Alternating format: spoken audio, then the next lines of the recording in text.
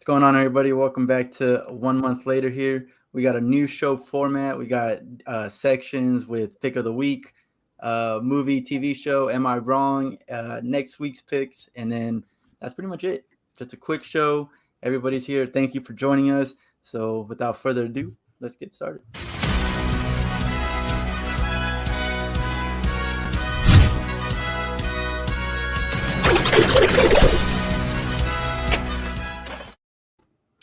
Now, before getting started, though, of course, make sure you subscribe. If you're not subscribed, this is on Twitch. This is on YouTube.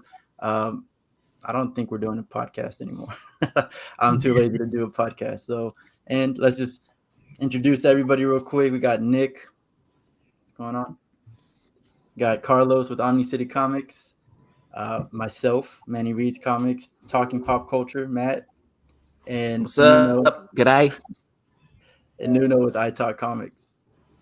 And so let's just get started with the very first section.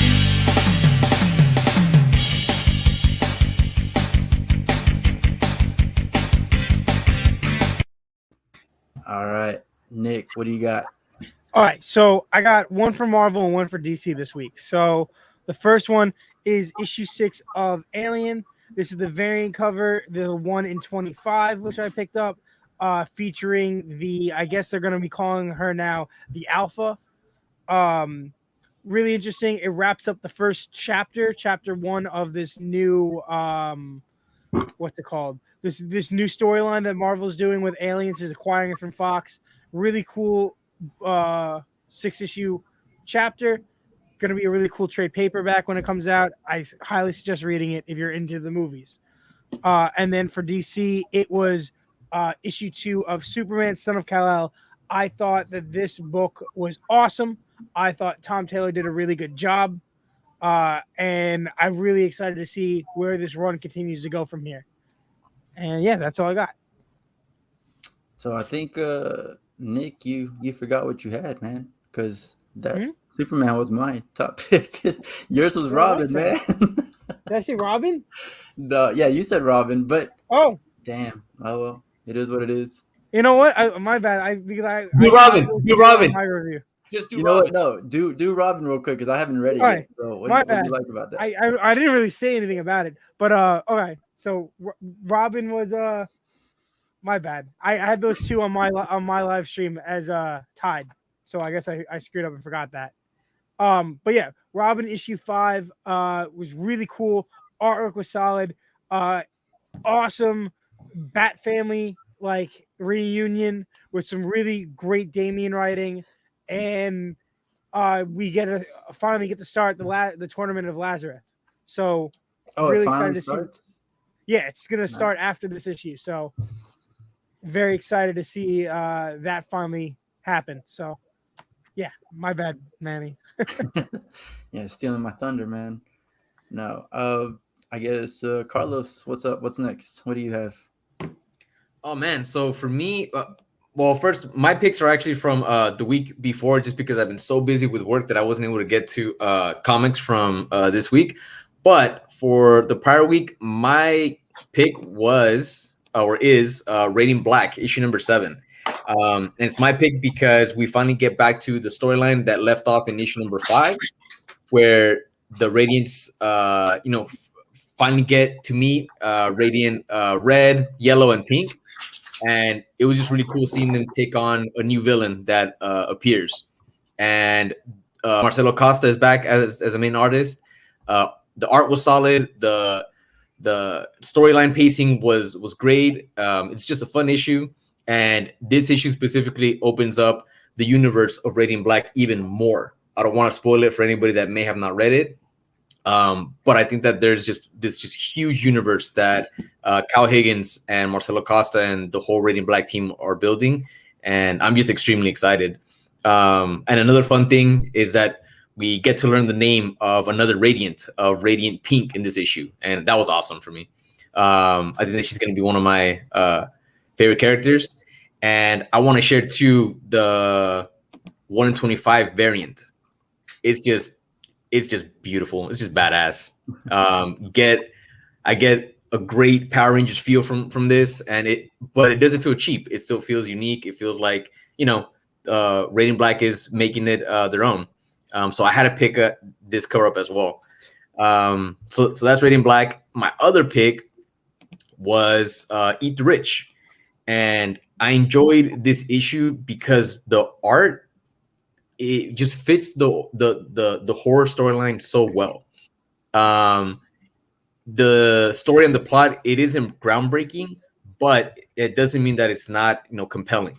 And what I really liked about this issue, this debut issue, is that you just feel uneasy and you just feel creeped out from beginning to end, and it's nonstop.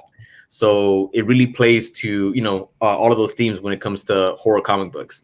And again, the art from I hope that I pronounced the name right, from P.S. Bach. It's just phenomenal. Some of the best artwork that I've seen lately.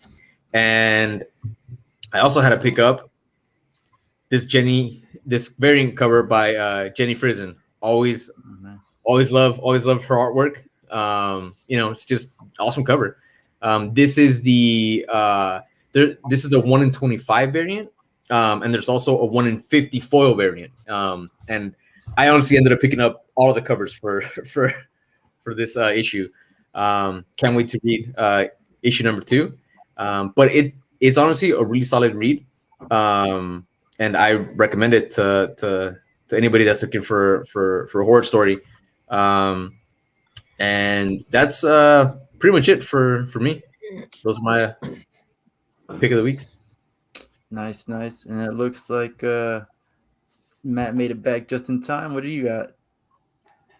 So I am a month behind, unfortunately, guys, because like and everyone that continues to watch our show, I get mine from America, so I do get a month behind, and I have Ordinary Gods, the first issue, as my one.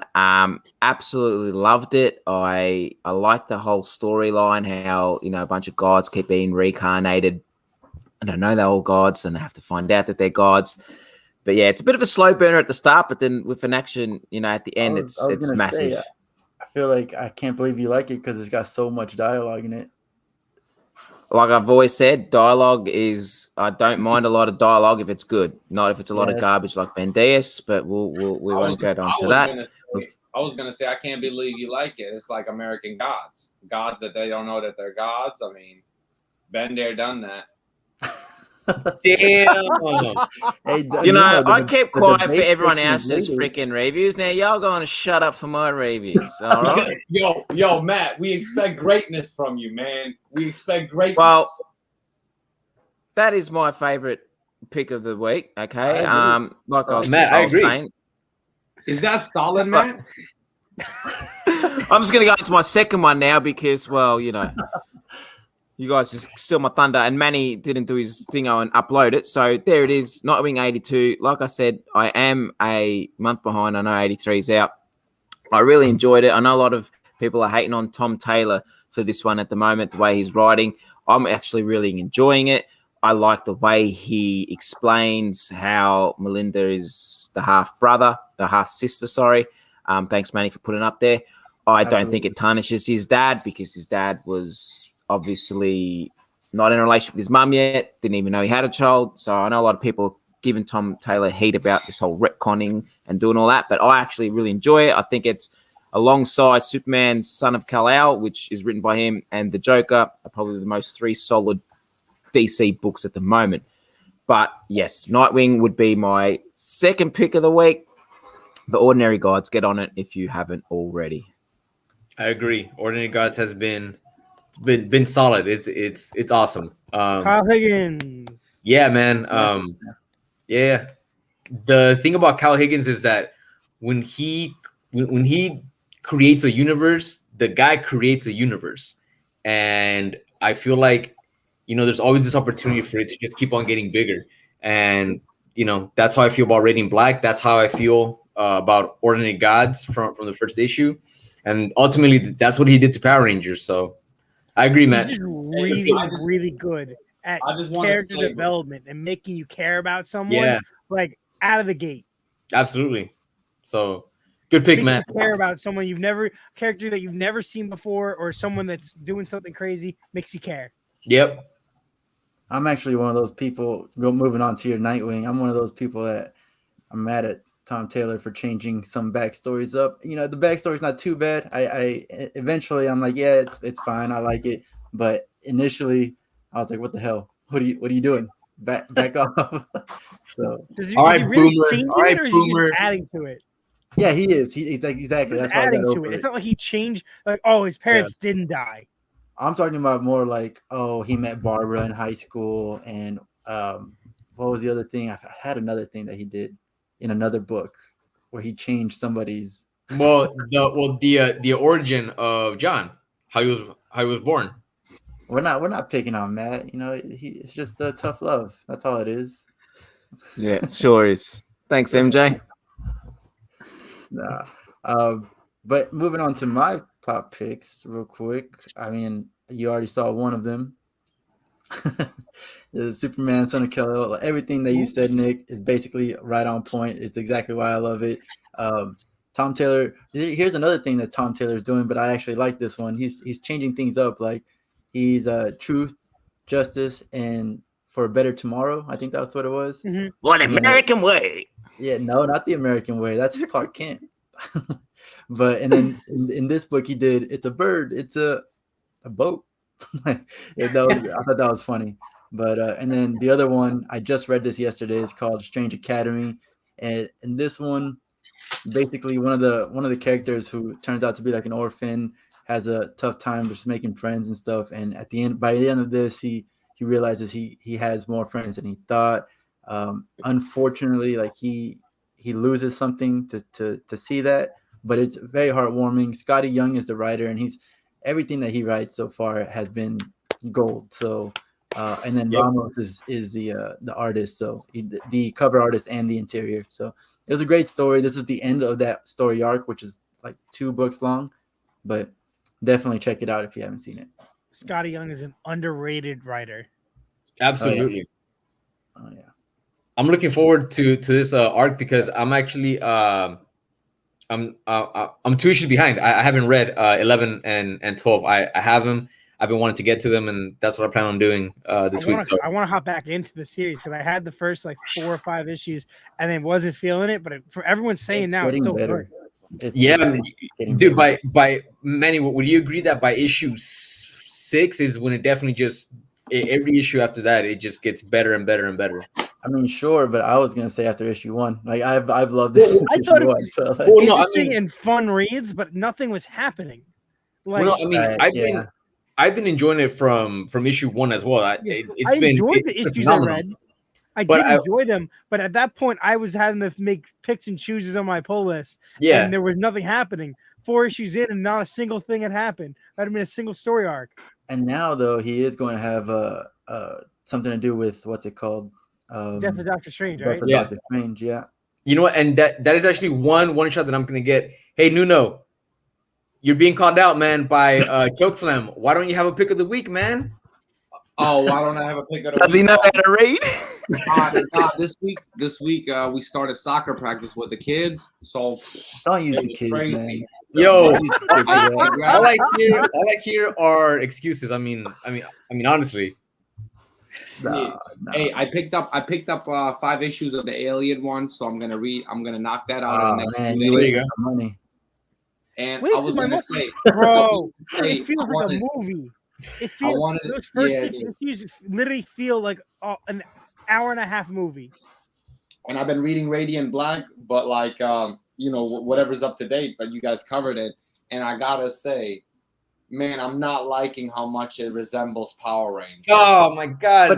But it's Power Rangers Plus. If I want it, but I can go to Boom Studios and find a wonderful. Hey, by the way, I just got another follow when I said that Radiant Black resembles Power Rangers. So I'm gonna continue on this trend.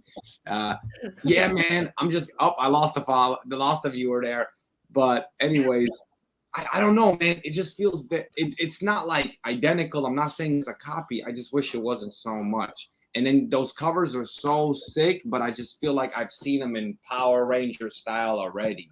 That's the only issue I'm having with it. Not man. but the No. characters resemble Debate. The debate's happening here. There are no Power Ranger covers that I can say that are exactly the same or even remotely close to. I mean, for every Radiant Black. Manny, would you agree? Let's do this. Let's do Carlos. For every Radiant Black cover you pull up, I'll pull you up 2 Boom Studio Power Rangers. A lot of I'll agree with Nuno. A lot Why of the don't you stuff, leave this for the what debate series section? has to do with the Omega Rangers. Power Rangers. Power Rangers is the Yeah. Omega Rangers, and Mighty Yeah. Morphin's the regular team.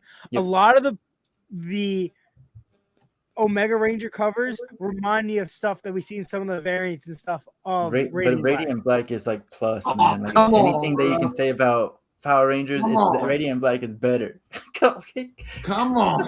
Bro, no. Hey, guys, I'm a little bit old, so I don't know how to work all this tech stuff. I'm doing it the good old-fashioned way. Look at these covers. Oh, shit. Oh, my God. No. Oh, all right. Is that everything for comics of the week? Anybody want to say something else? All right. Well, next section.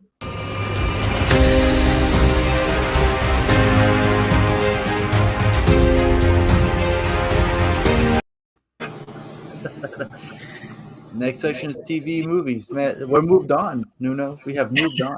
No, I was just showing you the new Radiant Black cover. I mean, Power Rangers. I'm sorry. And this week has been a lot. So, I mean, for sure, we're going to talk about Spider-Man trailer. We can talk about What If. What else is going on? You guys are watching Titans. I don't care. I personally don't care if you spoil Titans, but I haven't watched the issue that came out. The episode that just came out. I only watched the first like 10 minutes. okay. I watched Jason Todd. the first 3, and sure, why not? Let's start with Titans. The first 2 episodes, I really enjoyed it, man. Seeing Dick go back to Gotham, try and do some good there. But episode number 3, man, like really fell off for me. It felt really out of character, and it felt CW-ish corny, where it was kind of cringy, like the dialogue, especially with Starfire, and the interactions that she had with Gar. It felt very, very CW, like very flat, the Flash kind of quality recently, and that just kind of threw me off. But other than that, though, I think that it's been solid, man. The costume designs, especially for Red Hood, I like it, man. Like it's cool. I like it. I'm not really sure what the overall storyline is going to be, or what the whole purpose or goal is going to be of this season, other than Jason basically becoming Red Hood. I hope that that's not the entire plot line of the season, because if it is, I don't know, man, it's kind of going to be a letdown. I would hope more that they actually take on some villains, and that the next 4 or 5 episodes don't drag out a cat and mouse game between We're getting just on where you're talking about Red Hood. I guarantee you we're getting a spin-off show of Red Hood. At the end of this, we'll set up a spin-off show. I don't know how you have a whole show just Jason Todd. I don't know, man. But unless they do like Jason Todd, like Red Hood and the Outlaws. Yeah, sure. Like if you give me an Arsenal, I'll be done. I'm okay with that. That's what when we did our review. That's what I was saying, Nick, last week. I forgot to say when we did our review. Arsenal. Why the hell haven't we got Arsenal on this show yet? Yeah, Arsenal. But now that Donna and Hawk are gone, we'll get Arsenal. Yeah, and then the other thing too that, and again, it's very early in the season, but I was hoping more that this season really would be Titans, man, like them coming together, going after villains, being a real team, dude. Connor, it feels like Connor is just there to, like, I don't know, make breakfast, man, or like make lunch, No, but that episode 3, he gets really pushed like into the pavement, like mentally and like emotionally. And then you obviously haven't seen episode 4, and I haven't finished episode 5. Yeah. And then What? and then the Are you sure? look, and then the disconnect between what Starfire is going through with like Blackfire, it feels more of like a filler sideline story than anything major, you know. So again, I really don't know what the direction is, and I'm hoping that that comes more into focus in the next couple episodes. I haven't watched really finished watching episode 4 yet, so you know, maybe that'll change my mind. But yeah, that's kind of my take right now. I'm enjoying it. I'm not loving it, and honestly, if I miss an episode here and there, I'm fine with it, and I'll just catch up. It's not like, you know, That's how it starts, man. That's how it started with Flash. I was like, oh, I missed an episode here and there, and then it's just like I am not watching. yeah, man. But when it came to Loki, when it came to, you know, WandaVision, and by the way, I'm not trying to make this into a Marvel DC kind of, you know, bullshit thing, not at all. But when it came to, you know, Loki, WandaVision, all of that, like I had to watch it. Like I can't miss it. I need to watch it. I don't want to be spoiled, you know. Right. So I don't know. Well, I'm like that with What's my Titus. take? Thank you. I can't wait. I need to watch the next episode. Thank you very much. So, I want to say something because I agree Marvel with both fanboy. sides of it of Matt and Carlos. I think that I don't know what direction and what storyline after these 3 episodes this show's really going for. I think they're trying to go for a bunch of different things and pull them all together and then pursue them into the future. But will agree that the first episode and the first 2 episodes, even the first 3 episodes, were so much more action in a condensed period of time than we've seen in the first 2 seasons. First 2 seasons were very spread out, lots of building, lots of character development, lots of team building, right? Here, first episode, they take down Gizmo. Like, No. First episode, super solid, very solid. Like, incredible. That fight scene, the Titans fight scene, was something we haven't seen yet. It was awesome. The comedy here is very good. It's not over the top, but it's good. Like Hawk as a bike cop, phenomenal. The first 2 episodes, man, but the third one, dude. Man, he's like, no. The third, come on, man. The third one was shit. The third one's the shittest episode. Guys, come on. It was the comedy. What? Go ahead. No, I'll just say the third one was shit because it's just no one gives a shit about and say whatever you want about it. Go, oh, I know you guys are gonna pick on me, but no one gives a shit about the Starfire side story. No one gives a shit, and that's the problem. I just said that. Like, no, I agree. It's action packed, and then it jumps to something so freaking slow and boring. I don't give a shit. I'm not invested in this. Give me more of that. I think they should have done a better side story. Like, don't get me wrong. If you haven't watched the latest episode, you'll love it. It gets back onto track. It's just all about how Red Hood became Red Hood and how he teamed up with Scarecrow. Like this. Also, go, go ahead. Go because you're gonna go. No, go. I'm finished. Go. Just because of you mentioned Scarecrow and I wanted sing. Huh? You're like just because.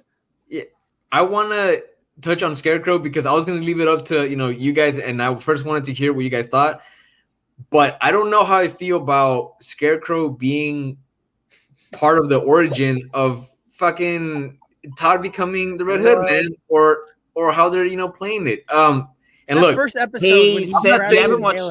You need to watch the 5th episode, okay? Because the 5th episode. Can I spoil it, or do you guys want to watch it, or what's the deal? I'll watch it. I'll watch it. I'll watch it.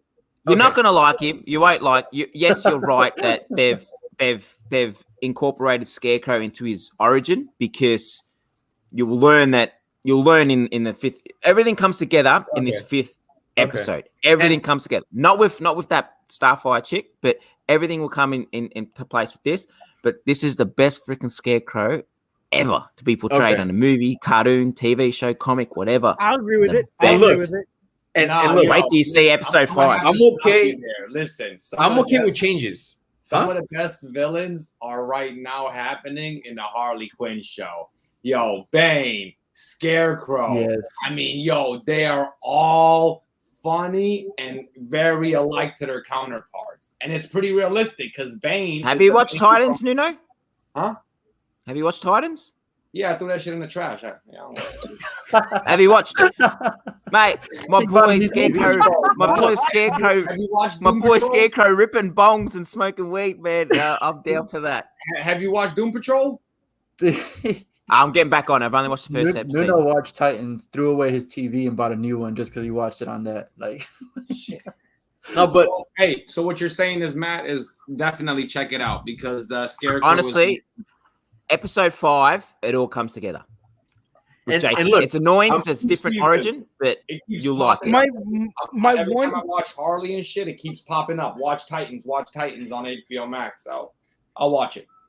and look, I'm not against change. You guys know that I love, new takes, all of that. It's just that so far it just feels just weird, Scarecrow with Jason Ripping and the Red Hood. But Matt, I'll watch I'll it. explain it. They'll explain it. I'll Watch watch it. number 5 and they'll definitely- explain it. It's definitely interesting. I'll watch it. I'm sure that I'll enjoy it. But I really enjoy that actor though. I think that I'm pretty sure that he was in Mad Men, and I enjoyed him in Mad Men. okay. So we'll see. Oh, I John got Hamm? one complaint. One complaint. And it's the fact that so far, that second episode when they show Tim Drake, I was super excited, right? Super excited to see Tim Drake. And then they haven't really done anything with him since. He'll come at the end once Yeah. Red Hood pisses off. I know, Batman but you needs tease new him in the Robin. beginning, Bang, there's Tim and Drake. then- You know what's happening. In the Batcave, also they show you the Batcave with freaking holograms of the John Wait Penny to and the- episode 5, Nick. Watch episode 5 and you'll get all your Easter eggs in the But, Batcave. my last thing that I wanted to say was when Nightwing's going through the computer and he sees all the different people that are like in the computer as like potential Robins, and you get to see Duke, right? Carrie. Duke Thomas and Duke, Stephanie. Carrie. Stephanie. So Carrie. Like Carrie from this season so far has been some serious fan service, but in a good way. That's cool. Well, you'll see a lot of references in the Batcave. You'll hear a lot of. You'll get reference. I'm going to say you get a Superman and Lex Luthor, just a name drop. So you trust me. They're building. I think they're building. They're going to build a Marvel like a Marvel but on HBO Max. Through the TV shows, through HBO. Yeah, they're going to build it. We're going to I get a hope so. Superman on HBO Max. We're going to get. I hope so. I won't be surprised if Superman. Oh no, I wouldn't do that. I was going to say the Michael B. Jordan Superman show. No. The Michael B. Jordan Superman show might be in the same universe as this, because Michael B. Jordan's doing a Superman show on HBO Max. Yeah. So I was thinking maybe that could be, I doubt but I reckon. it. Oh, it could be a multiverse within this universe. Yeah, That would kind of- because it would make sense because Connor Kent is, that wouldn't connect. And you get a line Yeah. when he's talking to Jason. Make sure she doesn't like cats. When he's talking about a girl that he likes. Love it. Look, my wants, and again, I'll watch the episodes that I haven't seen yet and keep with it. But I hope that the whole storyline with Starfire picks up and it gets better, because she was one of my favorite aspects of the first season.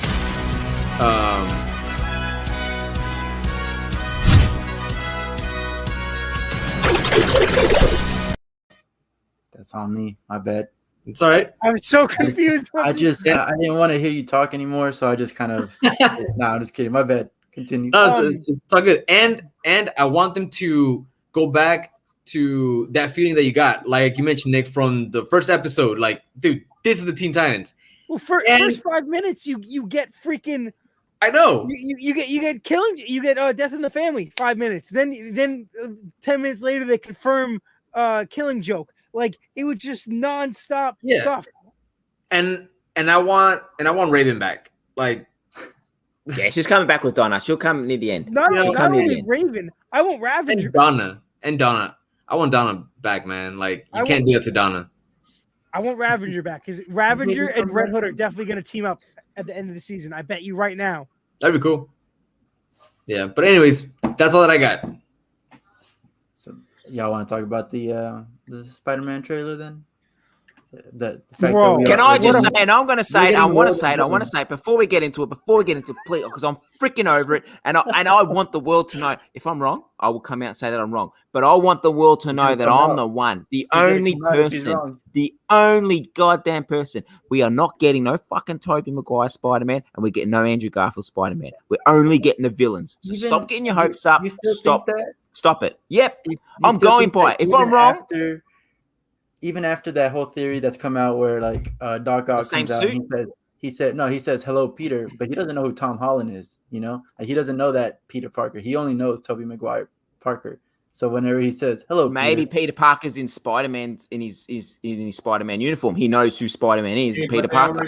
Because now they got a new theory that he's wearing on that bus. He's wearing the same suit as what Tobey Maguire wore in his Spider-Man. Like, there's a new same suit. So now they're saying they put Tom Holland in that same suit. So it's Tom Holland, but in the actual movie, it's going to be Tobey Maguire. And I just think everyone is just pumping this up so much that when it doesn't happen and they all bitch and they all complain and they all rate bomb it, I'm going to say, use all, I was right.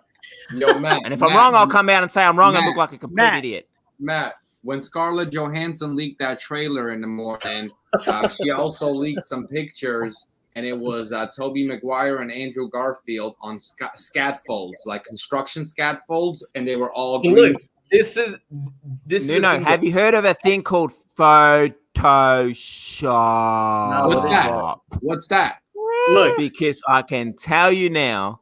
That's like my mate sent me a photo. Look, man, look at this toy. And it had, Spider-Man, No Way Home, and it looked exactly like Tobey Maguire Spider-Man with Tom Holland Spider-Man next to it. And I go to him, okay, yeah. I go, okay. It was in a toy shop released it. I said, okay, bro, have a look. How come the one with Tobey Maguire has the logo No Way Home on there, but then the other one doesn't have the logo of No Way Home there?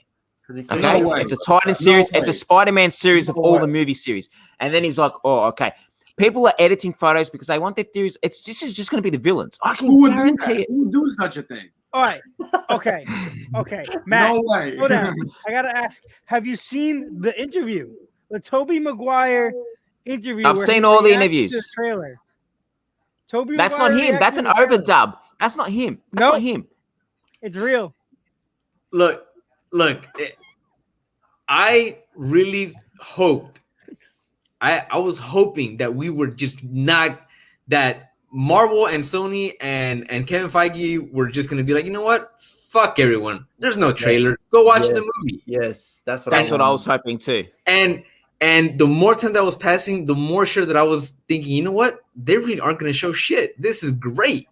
The fact that someone had to leak the goddamn, trailer, and look, there's all these conspiracy theories out there, and everyone wants to get likes on Instagram and Twitter, and everyone wants to, be, I don't know, for some reason, be the person that, gets the scoop. I said this first, yeah. And I don't know if it really was, Marvel or Sony that, leaked it or whatever. I don't know. But if that wasn't the case and someone actually leaked it, I really do think that we might not have gotten a trailer. Because the weird obsession that there's been with the trailer and the movie and all these dumb takes that people are having online about, which Spider-Man is the best, which Spider-Man is not. The amount of hype. Garfield. I mean, that's not even a debate anyways. Yeah. The amount of I hope you're being serious because he is my favorite Spider-Man, just to put it out there. But anyway, I think they're all good. They're all different. They're all different. I don't even like Spider-Man like that. That's for little kids, bro. All right, well, we're gonna kick him out. All right. That's just like every hardcore comic book collector knows Spider-Man. You grow out of it at age 5. So I don't know what the hell you guys are talking. Yeah, but at age 28, you come back. And then you get into the clones. Yeah. Shit. at age 28, I started fucking reading Black Cat, some booties. You know what I'm saying? Some Spider Woman. But don't get me wrong. Like when I say that he's Look. not going to be in it, like I want them to have the Spider-Man in it. I Yeah. would love to see it, but I don't think it's going to happen. But if it does happen, it's purely for the fact that they're setting up either Tobey Maguire or Andrew Garfield for the Sony universe, and he's going to be in that Spider-Man. I only think, if anything, it'll be Tobey Maguire, because in Venom, the Daily Bugle magazine paper is exactly like Tobey Maguire's Spider-Man. Sure. So if anything, if they do it, it's just, and then we're going to have 2 freaking Spider-Men on the film. But I just don't think I don't think it's gonna happen. Like the Green Goblin was good. I was surprised they showed us that. When I seen that bomb, I was very surprised with that. I thought that would be a surprise in the show. The amount of hype and just people, that are supposed fans that have been building towards this movie, it's destined to be shit talked by every corner. So really, just like other movies, I'm actively staying away from any kind of supposed spoilers from trailers. I just want to watch it, and the only hope that I have for this movie is that it progresses Spider-Man and Peter into the next stage of his superhero career. Whether Stop it's having a bloody mentor. Do you agree? Like, I'm sick of him having Iron Man first one, Mephisto second one, Doctor Strange in his third one. Let him be his own man. Yeah, I mean, he's still a high schooler.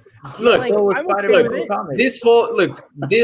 This whole take about him being Iron Boy Jr. and him having a mentor, and Spidey shouldn't have any tech. Honestly, like, it's just blown out of proportion. And if a story is written good, it's fine. And how many storylines have? I'll tell you guys something. Tech? I'll tell you guys many. something. That's what I don't get. Hey, exactly, and that's the thing. Like I feel like the amount of people that watch the movies is, I mean, it's obviously growing, and it grows every year. Like, people don't pick up a fucking comic book and really see that, hey, he has tech, he builds tech like all the time, whether he has tech or he doesn't, whether he has a mentor or he doesn't. Like, Peter has always looked up to somebody. I mean, he started off by trying to join the Fantastic Four, like the paper bag man. Like, he's always had someone. It doesn't mean that that's what defines him. But again, just what I want from this movie is for him to be propelled into his next stage of being a superhero. And if that comes by way of being mentored or having interactions with Andrew Garfield and Toby, and taking on threats such as Doc Ock and the Green Goblin, all of that stuff, then great. The one thing that I hope that doesn't come out of this is that they actually do something that's done in the comic books a lot, where they put the toys back into the chest, and MJ, is not going to remember anything about what happened. His, she doesn't deserve to know. Yeah, that he's gonna start back from like square one, and he's having to keep his secret, and everything that happened before isn't there anymore. And they do they actually go and try and do a one more day type of like adaptation. That's really gonna upset me. Because I agree. I freaking agree. Because there's no point to it, man. Like, he's already with MJ. Like, let that shit play out. Like, the major difference between I don't know the comic storyline. How do you guys feel about this? Huh? The major difference, the problem I have is if they do these storylines now with the MCU compared to what they did in the comics. In the comics, MJ and Peter were married. There was years and years and years of build-up. There was years and years of him being Spider-Man. Like, he was, Secret Wars 1, Civil War, all this stuff he'd gone through all these experiences. Was he still in college at that point? He might have been done with college at that point. He was done. Well, dude, he was done. He had already become a professor himself. Yeah. Like, and I think that was, this it pisses me off because they're like doing this storyline, but you don't have enough Spider-Man stories to get to that point. Like, oh, okay, he literally, like, in the timeline, less than a year he's been with MJ. Now all of a sudden, oh, boom, forget who MJ. It's not like he has that much that he needs ground to pick up. He's only known MJ for a couple of years. It just I feels hope like everyone. it feels I hope like they all a forget. forced. Sorry, real quick. It feels like a forced drama plot point that just comes out of nowhere. And look, if they decide to go that route, they could use in 10 years from now, which is pissing me off. look, at the end, if that happens to be the case, fine. But at the end of the movie, I swear to God, it better be like in the fucking comics where if he, tells them, "Hey, I'm Peter," all of the memories come back, and he ends up being able to tell Ned and MJ, Aunt May, whatever, that, "Hey, I'm Peter." The rest of the world, does end up forgetting, but the core people in his life end up remembering who he is. Like, and if that doesn't MJ, happen, if Aunt May and Happy aren't together, I'm walking out of the theater. So Carlos, Walking Nick, thank you for that. Long I opinion. I'm just walking out. I'm hoping that they forget, and they all forget, and I hope Michelle Jones, not MJ, her name's Michelle Jones, ends up, as much as I love Zendaya, love her, pissing off, and we get the real Mary Jane. To be honest, like I agree, 100%. I'm being honest. Like, I love Zendaya. I would have loved her to be actual Mary Jane, but I think she is going to go. I think that or she'll forget everything, won't even know who Peter is, like, and then they'll introduce Mary Jane.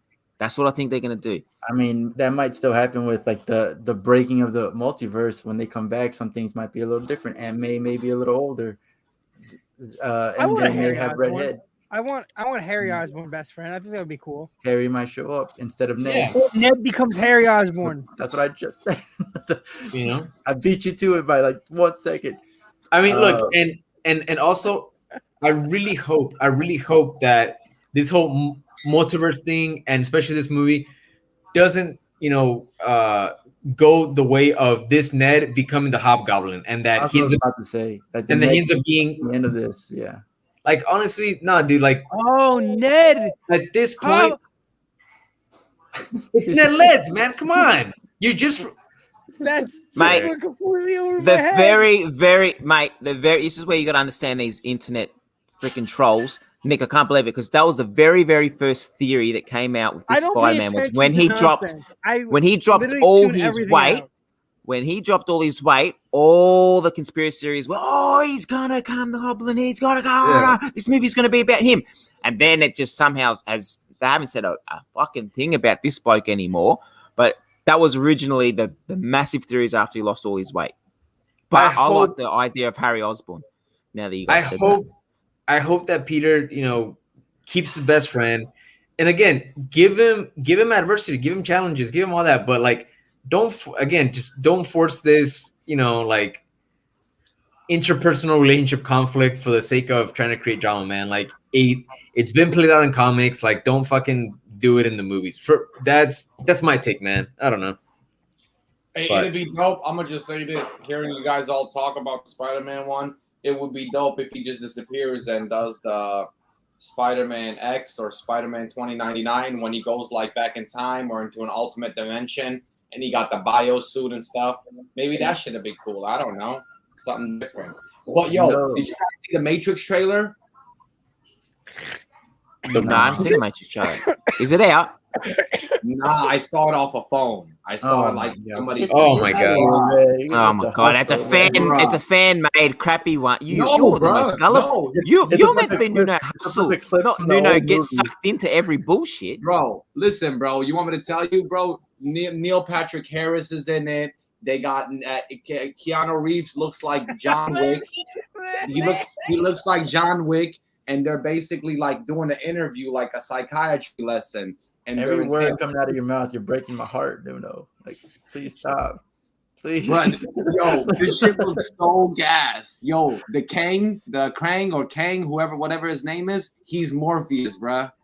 Oh my god. I swear, I You feel need like you're that. making this up on the spot.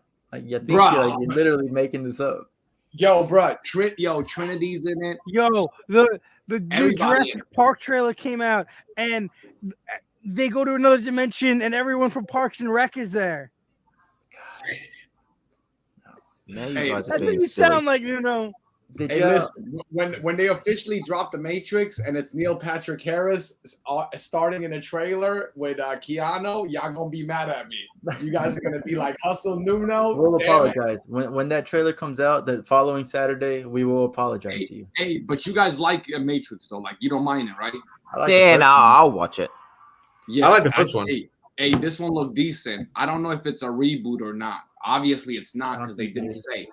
But it looked freaky, man. I saw obviously a bad version, like the hand is shaking, but you can hear voices and you can see like the images. It look crazy. On actually, while we're on the films and movies, I would just like to say, lucky you guys, congratulations. You will go and be able to see Shang-Chi next week. As here in Melbourne, Australia, we're in lockdown for probably another month. So I'm not going to get to see it. So make sure you guys really enjoy it, really take it in, and don't spoil it for me. Nuno knows a guy that can get you a handshaky copy. By the time of it. we come out of lockdown, I think No guy that I can think get you a handshaky. I think they said after 8 weeks in the cinemas, it gets onto Disney Plus. So that's when I'll be watching it. Nuno's got the bootleg already if you need it. I got the bootleg. It's just shaking like this. Like the guy's just got a bad hand. You know what Some I'm guy's saying? Honestly, in the growing up, background. that's how I saw every movie. Hey, be quiet up front. Yeah, exactly. There'd be a guy that showed up to my dad's shop with a fucking plastic bucket. What do you want? What do you want? Throwing little plastic sleeve with discs in them.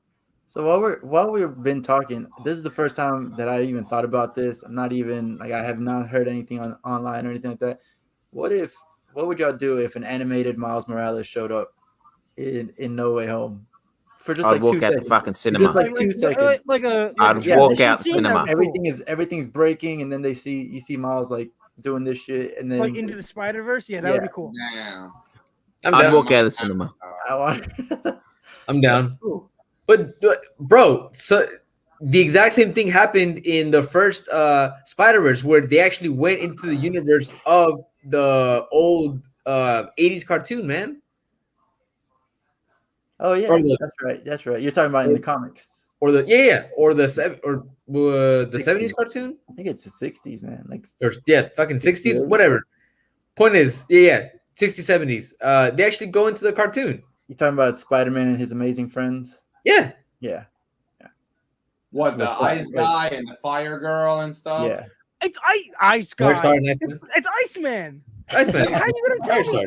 Firestar. But he's like a It's weird. He's like a Original weird. top 5 X-Men. Are you stupid? You don't know Bobby Drake? That's it. Nuno, mute Nuno. Nah, He's like a that's you little, overreacting now. like he like a little like he like one of those. You know what I mean? Like he's a little. You know what I mean? So if y'all, Yeah, do y'all now have he any is. other, Yeah.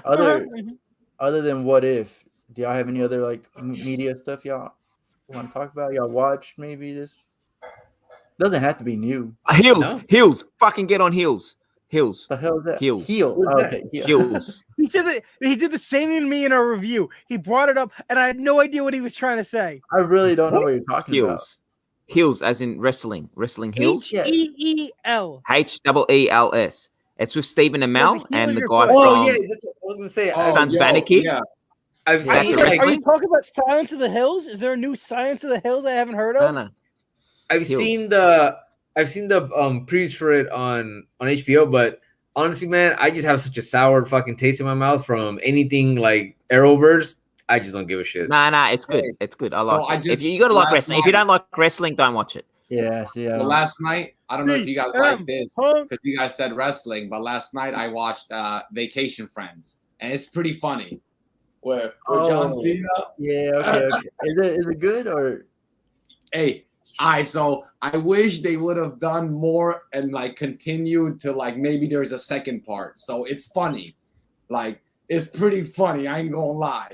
The only thing I didn't like is that there's a lot of like Kevin Hart like jokes, and I feel like what's his name? The actor guy, the main actor, he's way funnier than Kevin Hart. But it was like written a certain way. But John Cena is funny. His wife is funny. The other wife is funny as hell. Hell, everybody in the movie is funny as hell. Like I'm telling you, it's just like punchlines. Like, and they're just like doing a bunch of crazy stuff in the movie. Yeah, Vacation Friends. You guys gotta watch it. It's a good Friday night movie then. Yeah, for sure. It's like an hour and a half, hour 45. It's a little bit long, but it's good. All right. Where's that on? Sure. I think they got it on the website you sent me, Fix Store. That's where you can see all the movies. You know what I mean? Good job. You're giving away the secrets, man. Stop. Manny, you're gonna get us like you're gonna have FBI kicking down your door. I know, What I'm man. asking is it at the cinemas or is it on streaming services, you idiot? You don't tell me it's on a freaking illegal website live on YouTube. You aren't doing the hustle. You're no stupido. What I'm streaming. You can't do nothing when I'm streaming it. I'm not downloading anything. I'm not buying anything. You can't do anything when you're just watching something. On YouTube. I got a suggestion. In terms of anime, I talked to Manny about this, and I know he's watching it. Netflix just released the first couple episodes of a new reanimation version of Shaman King, based directly off the anime off the manga, because the original anime had caught up with the manga when it was first being made, and they went in their own direction to finish the series. And this one's going to be directly parallel to the manga itself, to the original source material. So far, so good. I love it. I mean, it's just nostalgia for me, but I love it. I told Manny like a month ago, I had grabbed the manga, the 3-in-1. So it's the first 3 volumes of the manga. I'll check it out after I start and catch up to One Piece. Dude, don't get me started. I can't watch One Piece. It's gonna take you like 3 months. It's not that big a deal. 3 months. I watched someone online go through and do the math. It'll take me 3 years to catch up. Yeah, if you don't watch the that's filler. the thing. You guys can't look at it like that. You can't do. I know who you're talking about, Nick, about this person that did the math and everything. You can't look at that like that because then you need to like look back at every other show you've watched. Do you feel like you've wasted time watching these shows? No, just fucking watch the show, enjoy the episode, and that's it. You don't need to. That's the problem with One Piece. Comparatively, I'm in the middle of watching all of Naruto Shippuden and Boruto again, and I've watched all of Bleach more than once. They all suck compared to One Piece. Hey, listen, I ran through like 4 or 5 Gundam shows, and that Gundam is like per season 54 episodes and shit. Like, oh my god, dude, have you watched the new movie they put on Netflix? No, not yet, but I want to. I want to see it. I'm gonna recommend you guys wait, because it's a 3-part movie. This is only the first movie. There's gonna be 3. I would wait because it left the taste in my mouth because it feels like. It doesn't feel like it's not One Piece. Hey, the Resident Evil shit is pretty good too. The Resident Evil. Oh, I haven't watched that yet. The animated stuff. It's good. I watched it. I'm 2 episodes in. It's good, Nick. Watch it. That's all on Netflix, right? Yeah, I feel like I'm playing the game. Literally, I feel like I'm playing the game. That's all the lights on. That's a bold testament there. All the lights on, bro. I gotta check it out then. The windows, door, everything. Keep the gun next to me and all. We're gonna get a screen. We're gonna get a picture later today, and it's gonna be like, "Yo, I'm out next week. I gotta go get a new TV." And it's gonna be a bullet hole in his TV, bruh. Doctor Strange is now a Skrull. Is the next theory on fucking Spider? No, like, he's Mephisto. Didn't you realize this? Look, no more Spider-Man talk. No, we're done. No more Spider-Man talk. But last thing though, bring up a picture and be like, "No, we're not gonna talk about it." Come on, I just wanted to just rest my case. With the Skrull show coming, you can make the argument. It's not a groundbreaking like, oh my god, check out this theory. They already did it. They did it in the last Spider-Man. Carlos, this has to do with what you're gonna say right now. They already did the Skrull thing in the last Spider-Man. If they do it again, they're just repeating themselves. I had a question. I'd never watched the Spider-Man. I'm gonna be honest, but Carlos, just real quick, at the end, I just seen like the end credit scene or something of the Spider-Man, and it's Nick Fury was never Nick Fury. He was Talos, and Nick Fury's in space. But what the fuck is he doing? Real quick, is he like doing having a vacation? No, I mean He's on vacation, bro. He's in Bahamas. In Yeah, I mean, Bermuda. He's like, who got my shoes? Like, I literally saw that little clip of the movie. Yeah, I mean, as far as what's really happening, I mean, we have no idea. Like that's Okay, that's so that's we just know that Nick Fury is not on Earth anymore at all. He's somewhere gone. That's a storyline that we're building towards. That it's probably I'm sure it's gonna be part of the next big. Help me understand. Invasion. When he gets snapped back, he just leaves Earth, or he did No, get snapped. I don't think that's. But that was probably Talos that got snapped, not Nick Fury. Boom. Yeah, Like, maybe or again, or again we don't.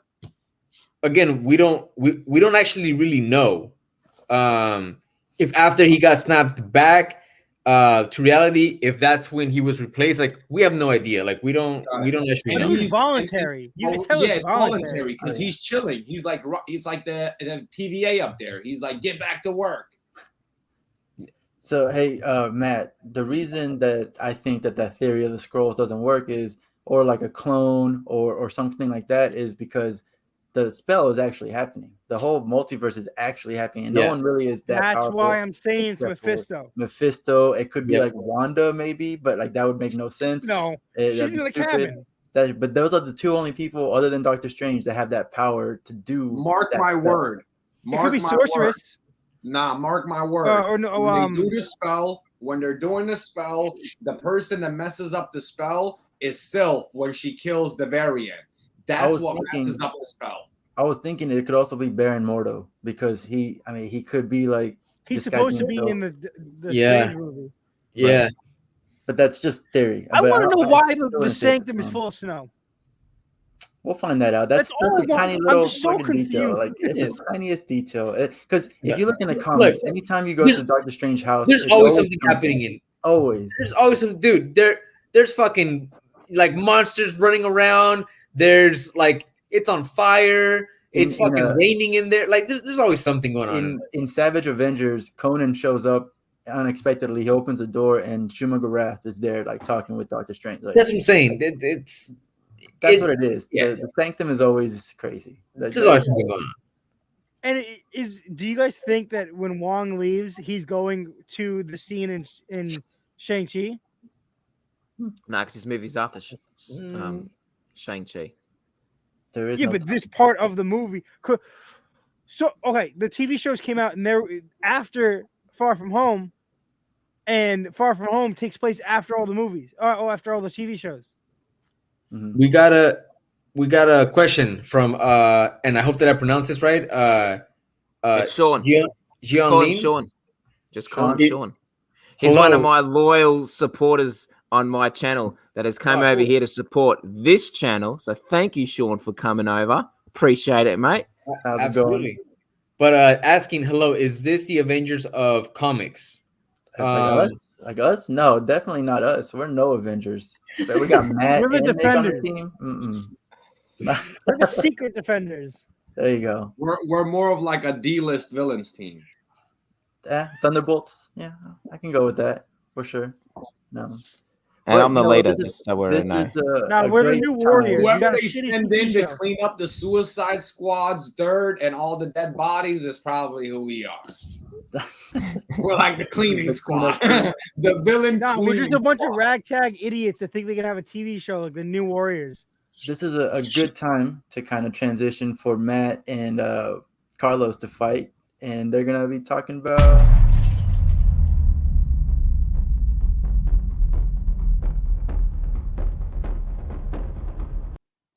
What if? Go. Which one's better? Is What If bad or not? First two episodes are pretty solid. I'll put it out there. First two episodes, solid. I love Peggy Carter. I love this makeshift Ironmonger suit that was made by Tony Stark's dad.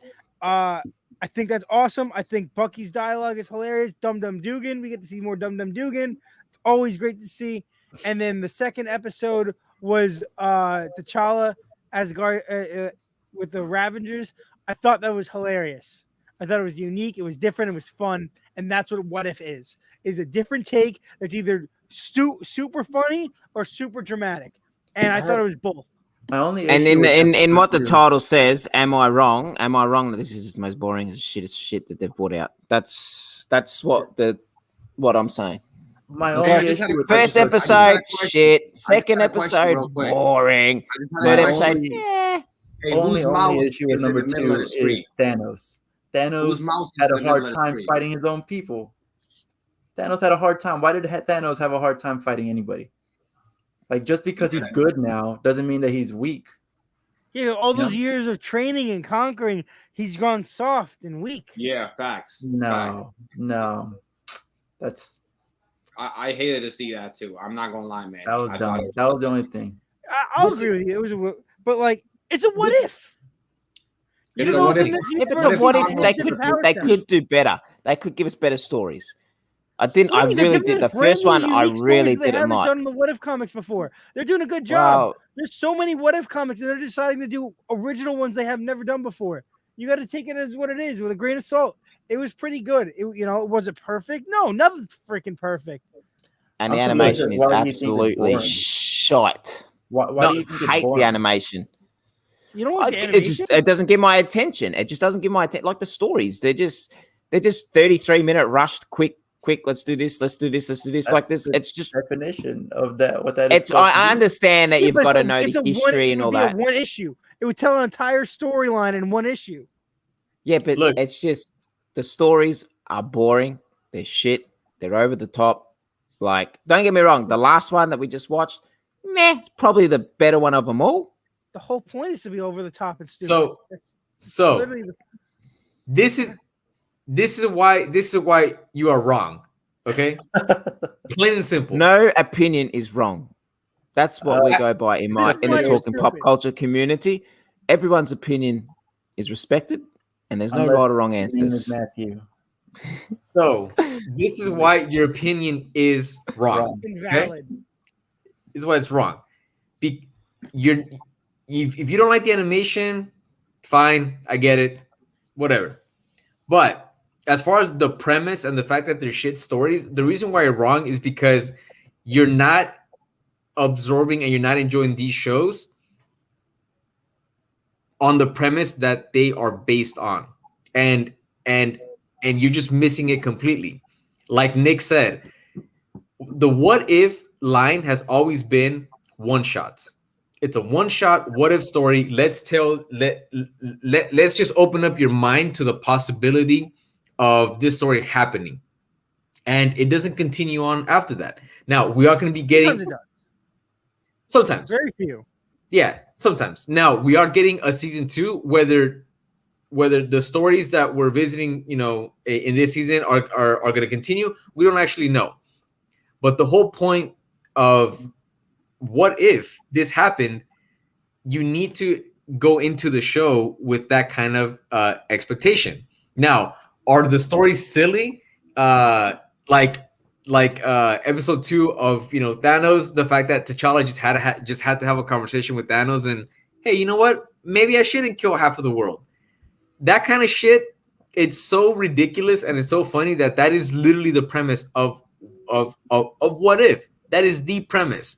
It's not supposed to necessarily make sense all the time. It's not supposed to, be super dramatic. Story. It's just I just think they could be better stories, better what ifs. What if T'Challa became Captain America? What if just better? I just think the what if stories are shit that they've decided to do. I don't find them appealing.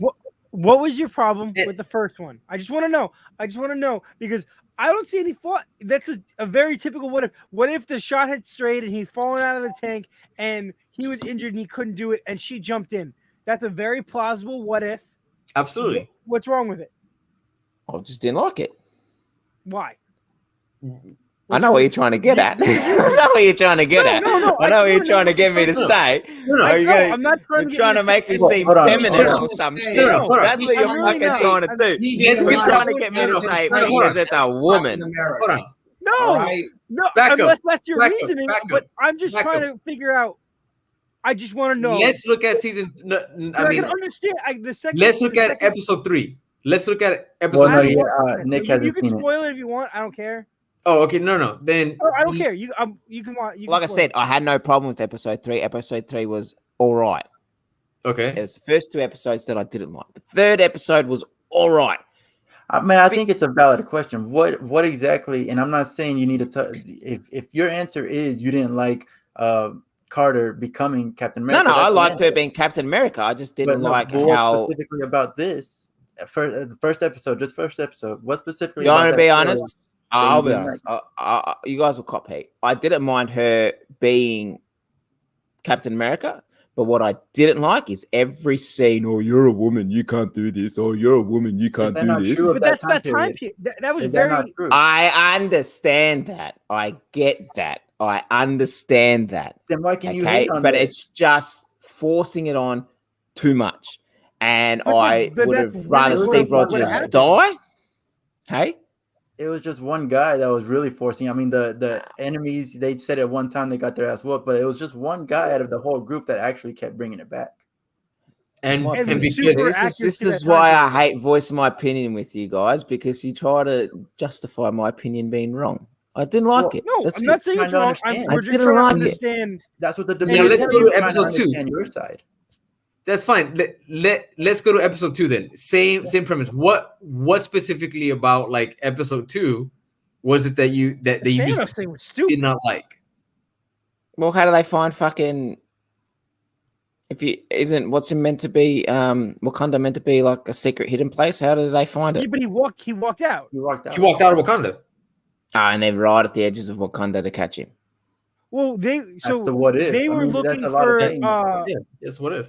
because They were looking for the- Quill. They got the coordinates wrong when they're looking for Quill. I get But that. no, I but understand their that. trackers picked up the what's the metal called? Vibranium. Vibranium. The vibranium, which is A from big disturbance. Yeah, and that's but why it's an asteroid. It's from another. It's from outer space. So they Yeah. were looking for alien like energy search data. signatures. Energy signatures, yeah. Energy. And they Connection is picked up there. the biggest thing on the planet was obviously the vibranium there. So they Yeah. went over that direction, and that's where they found him. That's what they literally explained it. But I do agree. They're supposed to be wacky, Right, and I he do- loved Wakanda so much that he abandoned it.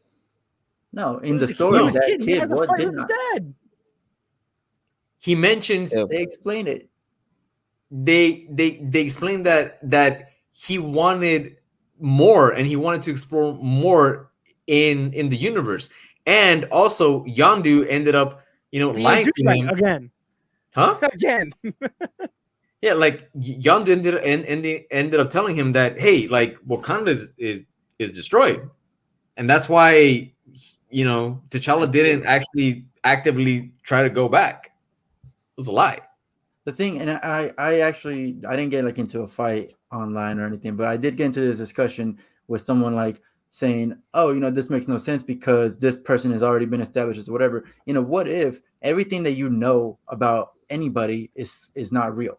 If anything that if T'Challa says he loves Wakanda with all his heart, what if story, it's a what He did if not. he doesn't love Wakanda that much. And And also, or he loves he was a America boy. that much. Like he was young. He was a boy. Like, And he literally he wanted to further Wakanda. He got into a fight with his dad because his dad wanted to keep it a secret, and he ran out. Yep. Like absolutely. it makes sense, but it also doesn't have to make sense. That's the Everything whole we know point about of the Thanos, show. everything we know about Thanos, he would never be talked down from his plan. He would never be talked down, but he It's did. a different And that's it. multiverse, a different dimension with different possibilities, and something could have happened. What pissed me off, what upset me the most with the second episode is that we get stupid freaking Nebula with a wig, with the hair that was obnoxious. But It was great. That was great. I loved it. It was cool. It was funny. But it was just so weird and out there. Yeah, it was But weird. what upset me is that we don't get any reference or anything about Gamora. Well, Why is Gamora? no. But again, the Thanos didn't take over the planet, Yeah, so therefore he he doesn't didn't. got Gamora. No, but he Exactly. might have because he was a tyrant and he has the one daughter, so he stole her. Yeah, So but he probably just didn't get to it. He We don't made know. her. Yeah, I know, but again, Gamora she is was an alien that as she got beat up, she got replaced.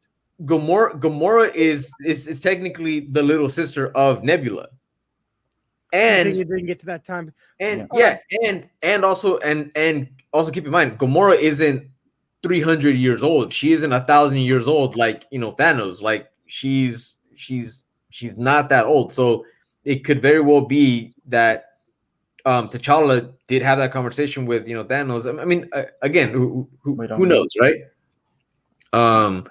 Episode 3 though, episode 3 was solid. No.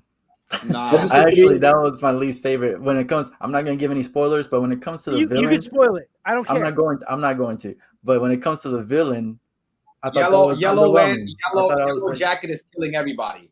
This guy, man. Anyways, fine. Hey, when Yellow Jacket was revealed, I thought that was stupid. And next week, in next month's comic books, Moon Knight and Tigra have a baby. Nuno really does come in here and just say, "Hey, yo, here's a spoiler." Hey, there you go. No, hey, but anyway, moving on. Watch these bootlegs and come on here and spoil it all for you, Nick. Moving past that though, I really thought that Yellow Jacket being the bad guy, it was underwhelming. Like, that's your bad guy? That's who's doing all this? That makes no sense. But Yellow Jacket from the movies? I'm not gonna tell you. I'm not telling you shit. No. Here comes Nuno. I thought it was Pim. Guess again. You got two guesses. I hate you guys. It ain't the movie Yellow Jacket. Damn it, man. It wasn't Yellow Jacket. It was Pim, wasn't it? Ant-Man? Is it Ant-Man inside a jacket? Yellow Jacket. Oh, costume? it was Pim in the Yellow Jacket. I get it now. Is it the Spanish dude in the Yellow Jacket costume? No, Is it Wasp in a Yellow Jacket costume? I hate you. But I hate all of you. But the thing is that I'm gonna get an aneurysm. the Yellow Jacket, the Yellow Jacket moniker and persona wasn't always a villain. It started out with just being a new superhero identity that Ant-Man ended up taking on. I'm surprised they haven't used Goliath as the villain. That would have been cool. That's been more. Well, you need to explain how this guy's killing everyone, and Goliath wouldn't be able to get away with the stealth mission that he does. So just when you watch it, you'll understand it. You know, again, you're meaning in general. They've proven that they can shrink and grow. So it doesn't really matter if someone steals the Pym particles. They could be evil Goliath. They should just shrink this show small enough that it comes off Disney Plus. Did you like the original Hulk movie? Me? Yeah. The original with Eric Bana? with the Fight Club motherfucker. That wasn't the original Hulk movie. That was the Nuno just looked like a look at it. What are you talking about? Yo, man, I got that. With Luke Technically, Ferrigno, it is the original MCU Hulk. You feel me? Y'all trying to check me and stuff. Like, come on, Manny. Thank you, Manny. Technically, it is the original. MCU Hulk. You were wrong, Nuno, and now you know Manny's trying to back you up. You were wrong. Do you like that Hulk, Nick? Yeah, the Incredible Hulk, the one that came out that's in the MCU. Yeah. Hey, I like him too. Watch it. It has some Easter eggs. It's real nice. Well, because it was coming out around the same time as Iron Man and Thor came out, so it was planned. The what if has some of those Hulk Easter eggs. You'll like them. That's why I asked if you like Hulk. Yeah, I like those. That was my favorite. I can't wait for Abomination to be in Shang-Chi. And that's the same. I can't wait to just this what if show to finish. I might even just cancel my subscription until it finishes. Carlos, I got a question for you related to what if. Yeah. You know, the first time we're really talking about it. Out of all the what if comics that you've read, what is your favorite what if storyline that you would like to see in an animated version? Dude, honestly, what if Magic and what if Punisher with Spider-Man? What if Magic becomes the Sorcerer Supreme, right? Absolutely. And what if Spider-Man, became the Punisher? And that's from Civil War. I love that one. And these are the most recent what if storylines, and they've actually become my favorite. I like I would also really love to see a what if Gwen Stacy never died. I agree with you with the Spider-Man Punisher thing. That came out around the original Civil War, right? I think I have that collected. No, that was way after. That issue came out in 2018, I think, something like And that. they did it before because I have a What If Civil War like trade paperback, and that's one of the stories. What if Marvel never made What If? There But is actually one kind of like that. I think I but can't really but remember. my favorite that I would want to see on the show is the What If Hulk landed on the planet that he was supposed to land on. Oh yeah, And he's just Hulk with a bunch of little like rabbits and stuff. And he's like, "What's going on?" That's it. That's it. That's the entire episode. It's just like Hulk just running around with like flowers and shit. And said, "Fuck it, okay." yeah. But honestly, I would love to see a universe really explored. If Gwen Stacy never died, and we got a brief taste of that during the House of M storyline, when Wanda ended up supposedly giving everyone, for the most part, their ideal world, their ideal life, and Peter was married to Gwen Stacy. He had a kid. I still think that, I mean, that happened, and that life got robbed from him. Like I've always thought, how does that not fuck up Peter, man? You know? Yeah. My favorite What If comic that I would think would be weird to make into an animated version, but could be, is one of the few that inspired its own ongoing is the Spider Girl. What if Spider Girl with Absolutely. with Mayday? I think that's an awesome, because it spawns an incredible 2 story arcs in the MC2. Just before we get into the next segment, can I just say I actually enjoy the show, and I'm just doing it all to cause a debate, because when you have a debate, you need to have two sides, and I knew everyone would agree with What If, so that's why I actually enjoy it. Just to be honest. Don't listen to Matt. We're over here to Don't listen to him. Don't listen to him. Don't listen to him. Me and Manny about to expose him. He better like it. So Nuno, I think he said you had to go. Yeah, I wasn't trying to be rude. I wanted to say bye. Carlos was talking. I gotta grab the guy. No, you're good. We'll see, man. I didn't want to be rude. I clicked to leave the studio just to make sure, right? Yeah. Don't click end broadcast. End this broadcast.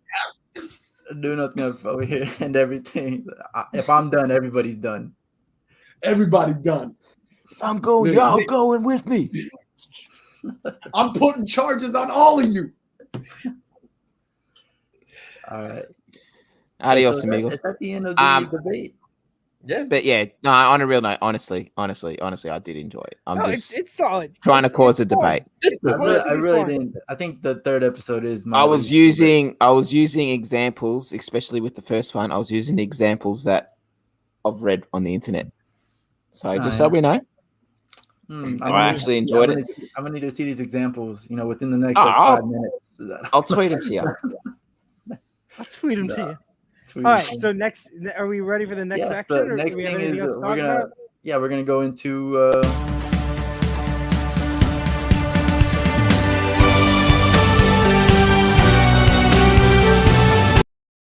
I'm gonna need to find out a way how to lower that volume, because I just love the music you picked.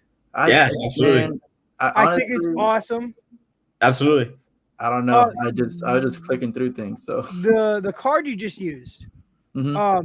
I always forget, what's the name of those characters on the bottom? Calvin and Hobbes. Calvin and Hobbes. So I bet you money that Scotty Young is definitely influenced, because that's why I like it so much. Oh yeah. It gives me those vibes. Yeah. He's talking about this. Yeah, yes. Like I always thought that. Like wow, that gives me those vibes, and it's so cool. No, he actually has a couple of drawings on, like, I think it's either his Instagram, his Instagram. He puts like weird sketches and stuff all the time. He's a really interesting artist. His style is very different. We've touched on Scott Young earlier, but the guy is just so underrated, and he doesn't get the recognition yet. I think, but it's getting there as a writer, man. Oh yeah. This new Image title he has is gonna make it to TV. I give it a year. It will make it to TV, and that's when he'll blow up, and then Marvel and DC will fight over him, because right now DC Marvel has him by the hook, but I think it's he wants that because he's probably making so much commission off of all these variant covers. He's great though, man. Honestly. It's But wonderful. no, speaking of next week's favorites, I think Matt is setting something up. He's ready to go. He's excited. No, I'm not. Oh no, you're excited. I can see it. I know it. I can see it in your eyes. No. Just keep going. I'm trying to organize myself. I thought I did, but I didn't. All right. So I just keep. So Nick, Carlos, who do you want to go first? I'll go. I'm here. Yeah, Carlos, go first. I'm gonna want to talk while you talk, Manny. So. So, all right. The title, honestly, that I'm most excited for really is Dark Ages, but I think that everybody is, excited for that. But it's got a young cover. But very close to it though. The book that I'm most excited for is Lucky Devil #2. From Cullen Bunn and artist Fran Gallan. Issue #1, it's a perfect issue for me. Story revolves around a guy that he's pretty much a loser and just gets taken advantage by everybody. The guy has no luck and nothing that's going for him in life except for his beautiful girlfriend. Yeah, exactly. That's the one saving grace in his life. But even then, she cheats on him behind his back, but he's aware of it, and he puts up with it because that's his dream girl. And the guy Stanley, the main character, he just gets bullied at work from coworkers, his bosses. He's the errand guy. Again, just has everyone coming down on him, and that makes him susceptible to be taken over by a demon, which ends up happening in the first issue, and all kinds of hell breaks loose from there. And ultimately, what ends up happening is that he seeks out an exorcism, and he gets the demon exorcised from his body, but he ends up keeping all of the powers that come that demon has. And that's where issue #1 leaves off, where he's pretty much gonna use those powers to get even in life, right? And I just want to see what happens next. The art was absolutely phenomenal. The dialogue was great. The whole comic was just really well put together. This is it's a dark comedy. The way that I've how I compare it, or the best way that I can describe it, it's almost like the movie Carrie meets Wanted. I don't know if you guys ever watched Wanted. Yeah, it's those are like the vibes that I get. And it's a dark comedy. There's humor in what's happening, I wouldn't mind seeing James, what's his name? James McAvoy? James McAvoy. Yeah, play as Stanley. That would be pretty cool. It'd be awesome. And I personally think that this is a premier indie comic to get adapted into like a 1 or 2 season show, depending. But I think that there's so much potential for a show or some kind of media to be created on this, because I think that it could be hilarious. It could be like, dark, and it could be fun. Almost like, I don't know, almost like Dexter, in that, in terms of like the comedy and the feeling that you get. But I'm extremely excited for issue #2. It's just a 4-issue miniseries, but I hope that it does well, and I hope that we get like at least a book 2 out of this, because I don't know, I just fell in love with the first issue, and it's everything. It's a great issue.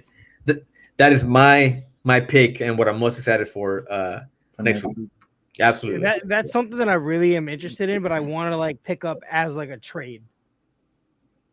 Yeah, I- that would be pretty Yeah. good too. I think that A this lot of could these be, indie titles are like series that like I want to get into, but I'm just gonna wait until like there's trades or hardcore editions. yeah, and I think that this title would be a premier. It's a premier example of collected edition that you can sit down and you can enjoy. And I'm definitely gonna pick up. I hope that it gets released not just as, I mean, I'm sure it's gonna be released as a trade paperback, but I hope that Who's the publisher? this is a Dark Horse. Oh wow.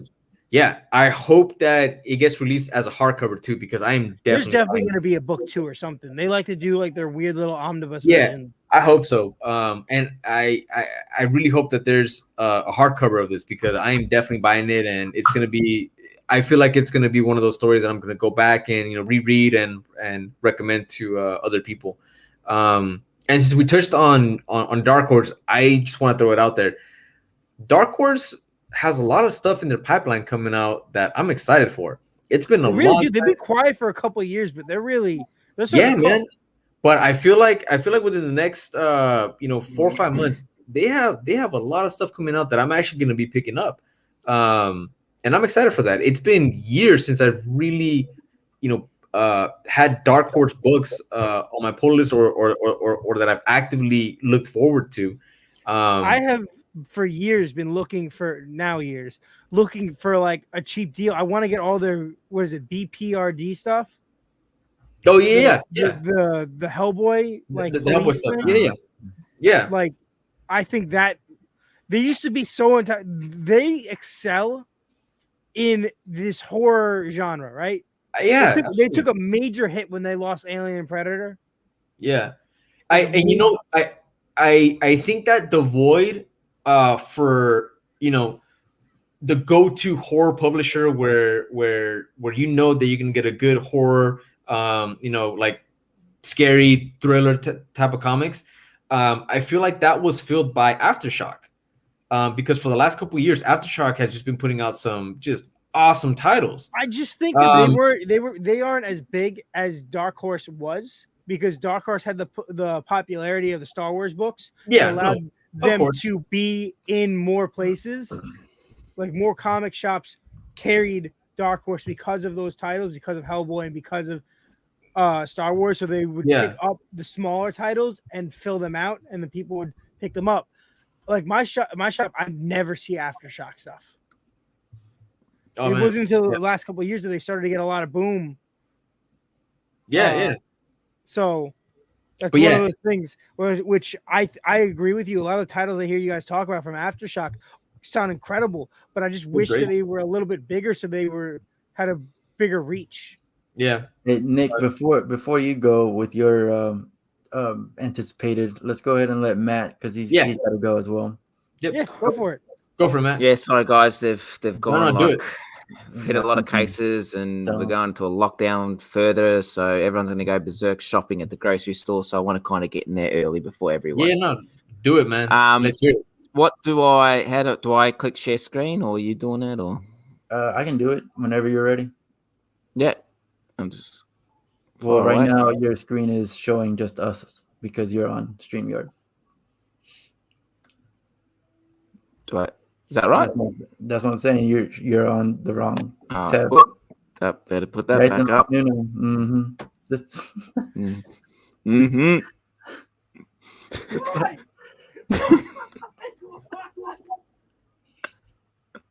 This guy. That was a mistake. So do I. He did that on purpose. I didn't do that on purpose. That's my screensaver. But that's just who are embarrassing. those? Who are those guys? That's nice, man. They're my friends. So is that right? Is that on is that on the screen? Yep. Yes. Yeah, you can make it full screen though if you want to, so you can show the whole thing. I don't know how to do that. But anyway, mine is Firepower, issue number 15.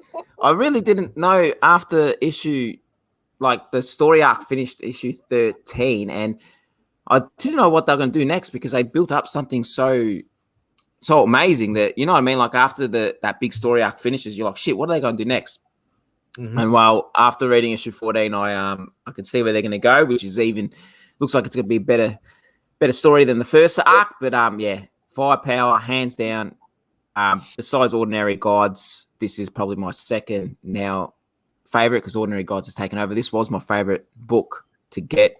It was always on top of my pull list. First one that I read. So Ordinary Gods will now be number 1. This will be number 2. And Radiant Really? Black is number You- 3. Wow. Yeah. You liked Ordinary Gods so much. That much that it pushed. Yeah, this. but that's a first. Yeah, it's a first, but it's a first issue. You know what I mean? Like Yeah. after you know, I after see, let me. I I'll see. just close this so I can actually Yeah. see you guys. After the first issue, you know, the next 2-3 issues, you don't know what's going to happen, right? Yeah. So, but as of the first issue, the way that ended, it's got me like Okay. they go to the top because like if something leaves me really, really, really hanging for something, like it's going to go straight on the top of my list. I see. You know what I mean? Like shit, if Detective Comics all of a sudden she pulls a rabbit out of her ass and does a superb ending that's just got me like, what? I'll put it on top of my list just for that issue.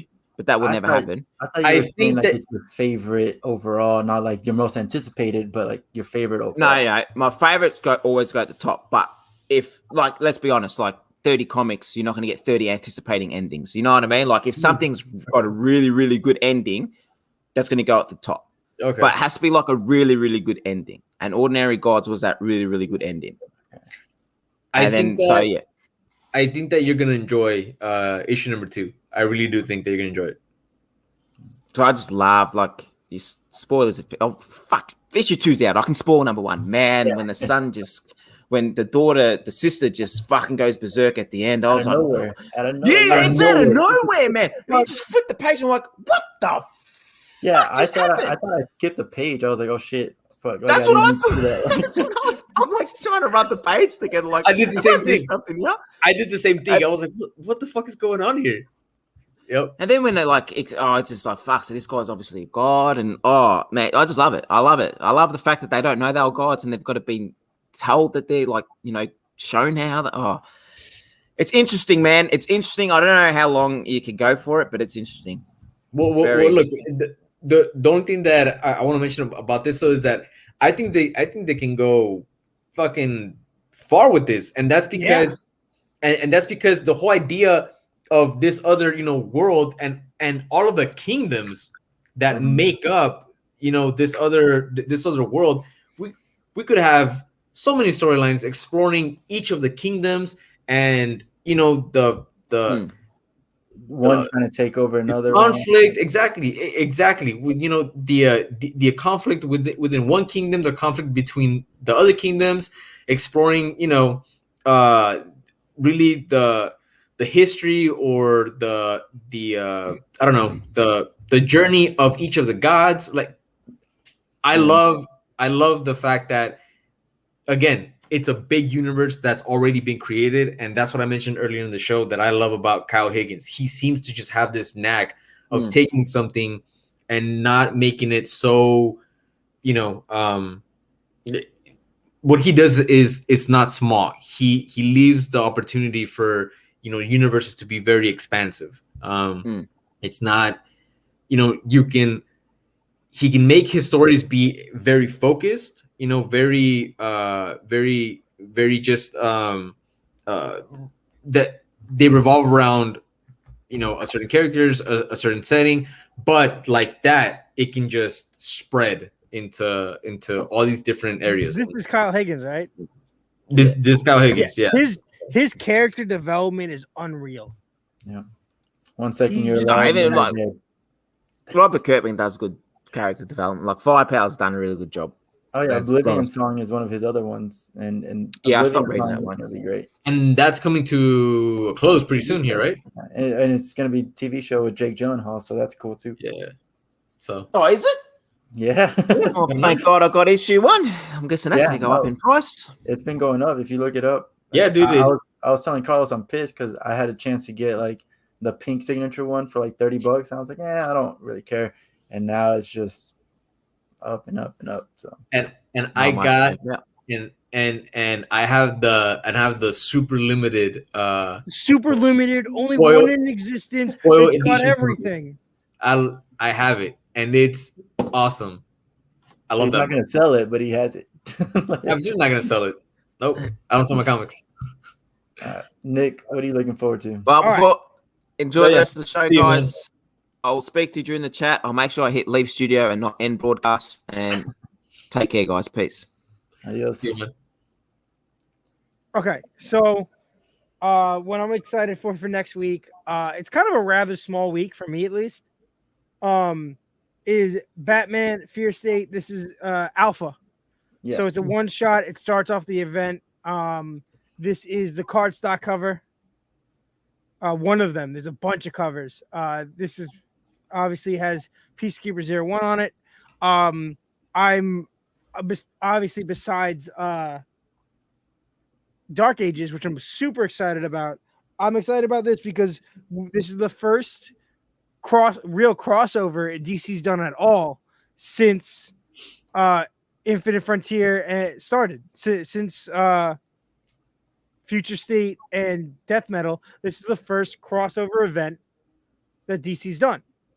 And it's a Batman oriented one, and they've been building up to it.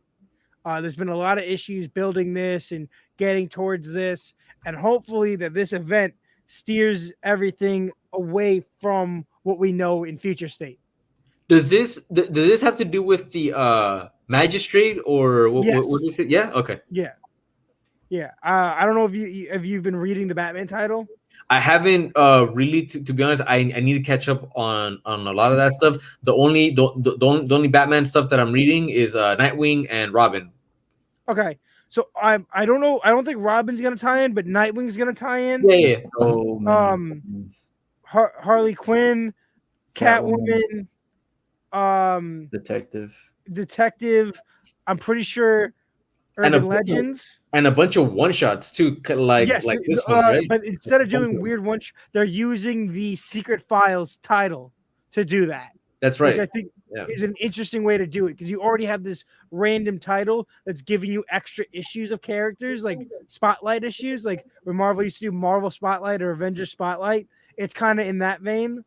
But the only one I've read so far is the Huntress one, and that tied directly to the storyline that was going on in Detective, and literally added just more story elements. So if you were to read Detective and then the next issue of Detective, you kind of felt a little lost with what was going on with Huntress because she gained something in her own thing. They're doing a very interesting way of using that title. And I think that's a really cool way to do it. I'm very excited for this, not just this issue, but this story arc and to see what happens and where we're going. Because if they just go in the direction of Future State, I'm going to be upset. I'm really hoping that they do something very different and they play with, we're expecting this. Let's go in this direction. We already saw in the last issue of Spider-Man, Batman, that Scarecrow has plans of his own. So I can't wait to see what's going on. Everything's using Scarecrow. I was gonna get into this all Fear State and stuff, but then I saw all the tie-ins with all the different titles, and I was like, you know what? I'll let Nick tell me about it because I'm gonna get this Alpha and Omega, but that's it. You're already reading Batman and Nightwing. And that's it. I'm not gonna get the Harley Quinn. I don't like the art style. See me, I have to. If I'm gonna jump into that event, I need to get every single tie-in as well. Like that's my mistake I did with King in Black, and now I have like a whole bunch of King in Black that I don't care about. Yo, like Manny, how you do that? Like honestly, man, it's in my brain, man. I don't know if it's one of those like, man, I envy Manny because he can do that, or Manny's a dumbass. It's probably Manny's a dumbass. But like here's my difference. Here's the difference that I've noticed recently with certain things that Marvel and DC does, especially in this regard, right? All these most DC Death Metal, all the tie-ins, except maybe one or two, were super related to what was going on in the major story arc and all made sense and added story. I like that. Because that's rare, man. Like so many times with one shots, you get it, and the moment that you're done, not even when you're done, when you're 5-6 pages into it, there goes. This has nothing to do with the story. there goes $4.99 of absolutely no real character development, and I could have bought something else, bought a variant, or saved the money for like a variant copy. That's why when it comes to Like, one shots, King in Black was I didn't buy. I bought the Spider-Man tie-in. That was it. And you know what? I bought the Marauders variant by accident. oh, I I thought it was Marauders. I thought it was a Marauders title. I'll buy one shots if the covers for certain things are just absolutely amazing and I have to have it for like a certain collection. And that's what I did with Marauders, because the variant cover for Marauders was fucking phenomenal. But it was also it wasn't a bad story. And it wasn't a bad story. Exactly. The two ones that I got, Spider-Man was a cool story because it was all about Reptile. Mm-hmm. Reptile. Yep. Yeah, Reptile. I like that. And the Marauders was good. But also what I've noticed is Marvel, their annuals have nothing to do with the ongoing story. They never have.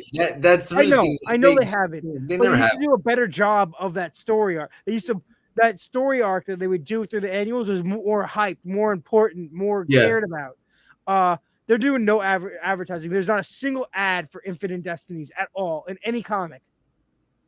Yeah, that's pretty weird. And you buy an. I made that mistake twice now. I did enjoy the Guardians of the Galaxy one though. Between Hercules and Prince of Power. I thought that was pretty like out of nowhere, but I mean it was fine. I'm just mad because they're not even in the current lineup right now. After issue 12, they disappeared. Well, Infinite Destinies was supposed to happen a long time ago, honestly. Yeah, it was over a year ago. Yeah, over a year so ago. It doesn't even fit because after issue 12, Hercules, we don't even know what happened to them. They're just not on the team right now. But DC's annuals tie directly into the storyline. Mm-hmm. Like that's what I've noticed. Flash, Green Lantern's going to do that. Like all these storylines are doing like directly into the storyline. I will say I remember going back to what you were saying, Carlos. I remember why I do just jump into all events. Like if it's an event, I'm gonna go jump in because I didn't do that in the beginning and I missed out on the first issue the first appearance of Gwen Stacy. Gwen. Spider-Girl. Yeah, Spider-Woman. Spider-Gwen. There you go. You gotta pick and choose your battles. You gotta do your research. See, never again. That's what I told myself. Never again. Never again. Like, it's not happening. This is the thing. Like, for example, let's say that there's an event happening, right? And one of the one-shots, and sorry if there's anybody out there that, you know, they love this character and this character special to them, but let's be realistic here. Let's take DC. If there's like a big event and there's a $4.99 one shot of Plastic Man, yeah, I might buy that, to be completely honest, because I go by rule number one. Rule number one of collecting comics is buy what you love. Yeah. I like Plastic. Absolutely, Man. I would buy Plastic Man. That's just a personal me choice. And you used a bad choice because that's a character I would hop on. No. But the point that I was gonna make though is this: if you love it, absolutely buy it. But like me, I don't care for Plastic Man. If there's 12 one shots, Plastic Man is not one that I'm gonna spend $4.90. Yeah, there you go. If you want, there you go. 1966. There you go. Plastic Man is not one that I'm gonna spend $4.99 on. And what are the real, chances of a Spider-Gwen type character that's gonna come out on that, right? I mean, very small. Now, if there's a Spider-Man, big event, and there's certain characters and the writer and the artist, I'm definitely gonna buy them, for sure.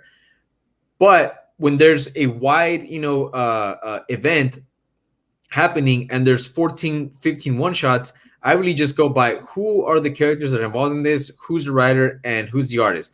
And I feel that I've been I've been right on not buying a book 85, 90% of the time in my collecting, like history, where I just skip all of the one shots, because if not, I'd have fucking 3 boxes of like nothing but one shots. And I also have a very specific way of collecting that's just money and resources that take away from, I have a question for you. Yeah. Obviously, there's different types of one shots, different types of events. How do Yeah. you feel about events like the currently ongoing Extreme Carnage, where the entire event is one shots? Is that different to you? That's different because the storyline that's being told is happening in each of those one shots. There isn't, divide. Yeah, there isn't a like division of that. Prime example, like Sinister War that's happening right now in Spider-Man. For the most part, the entire, well, no, those aren't one shots. Those are actually Sinister War 1, 2, 3, 4. Exactly. So that's a bad example. But yeah, if a storyline is being told in just one shots, it's fine because they might as well just number it 1, 2, 3, 4, and 5. But like with King and Black, King Black, as much as I like the Thunderbolts, I didn't buy the one issue one shots for the Thunderbolts because that's like, it was like. But they were, some of them weren't even one shots. Weren't there some that had multiple issues? Yeah, Thunderbolts was 1 through 3. Yeah, I mean it was 1 through 3, but really what I mean is they're tying. Yeah, I know. Yeah. Iron Man 2020 did it, and it's garbage, man. Like fucking garbage. I did like Force Works. I thought the Force Works 4-issue series was pretty good. But like I'm talking one shot / tie-ins, like as much as I've enjoyed the Thunderbolts in the past with everything that I was collecting, during the time and all of the awesome covers, that's like $15 of something that I don't love. And like I'm working with minimal space back here, and when I go through my box, I'm working with like minimal space where I am right now, right? And when I go through my boxes trying to organize, and I look and I see, why do I have 30 freaking Future State books? Why do I have 30,000 freaking death metal books? And then I realize it's because I needed like. But then when I see like, if I was to look at that and it'd be like King and Black, where none of these things had anything to do with the story, I'd be like, what the heck? Why do I have man. And look, the most recent and actually a perfect example of fucking events and tie-ins and like, one shots and shit like that would have just been money thrown down the drain for me. Everybody else is different. Was Empire. Yeah. Didn't do it. Dude, do it. It would have honestly costed like what, $300 something probably to like, collect all of that. The X-Men one shot. That was it. Was that a couple issues? It was yeah. I didn't even get the X-Men fucking ones. And you know what? And I ended up reading them at the comic shop, because dude, I buy so many books from my comic shop that from my LCS and I have a great relationship with them. Sometimes I just sit there and I'll like, flip through it, read it. And guess what? Real quick, I saved $5, man. And it would have been a book that I really would never open up again. It's not a book that's special in any sense of the word. It's just $5 in space, I don't know.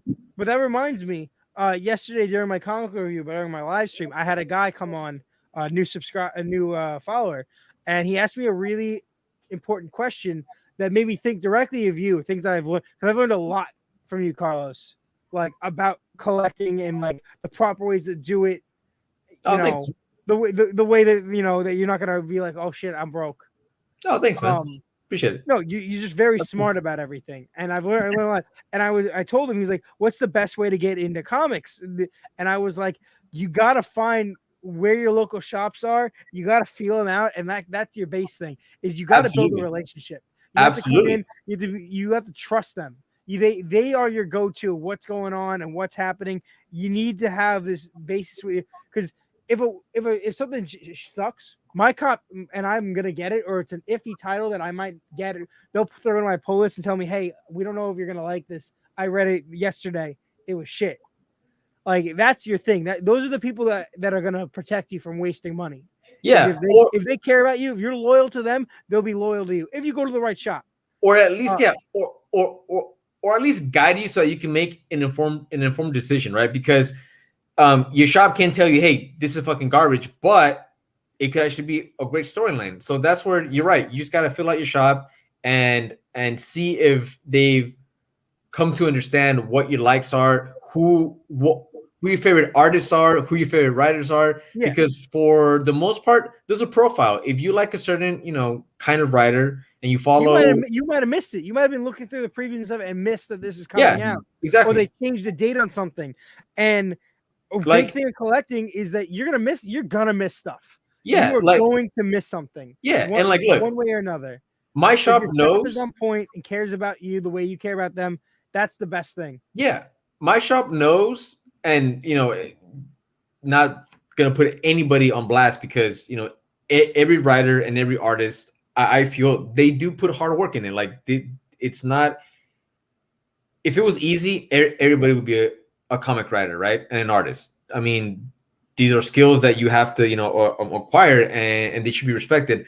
But with that being said, my shop knows that there's if they want to recommend stuff or just put in my pull box that they think I like, they know that there are certain writers and certain artists or certain teams that he's just not gonna like it. Like it's just and I think that goes back to like what you're saying, build a relationship with your shop, try stuff out, buy what you like, buy the characters or the writers that you like.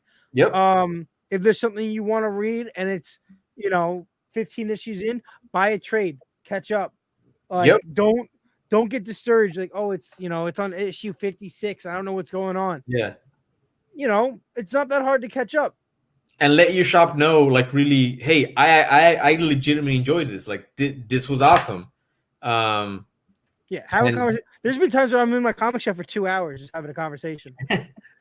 Like with the guys that work there. And it's not like a forced thing where like, when you see like a customer that's bothering a worker, like this guy will stop me and be like, yo, like, how'd you feel about this issue? And like have a full conversation.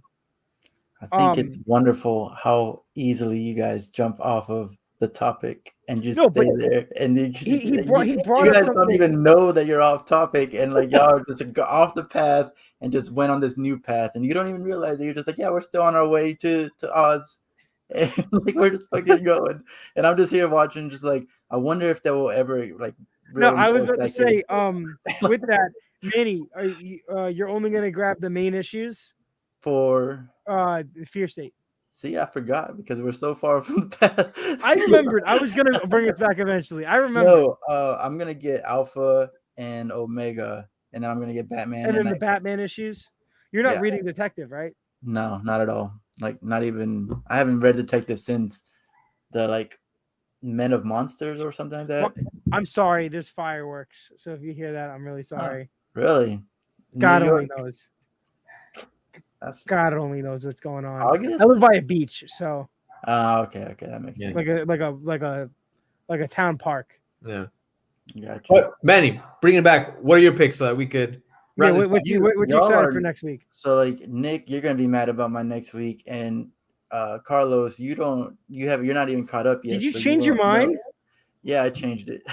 Oh, I would have talked about the other book then. Oh, Sinister War. All right, no. I want to hear why. No, I want to hear why. I want to hear why. Yeah.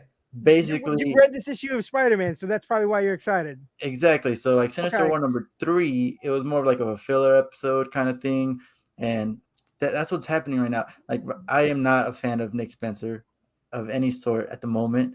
But this last issue of Spider-Man 72, something happened. I'm not going to spoil it. Something happened, though, where as I'm reading it, I'm like, all right, this is an 8.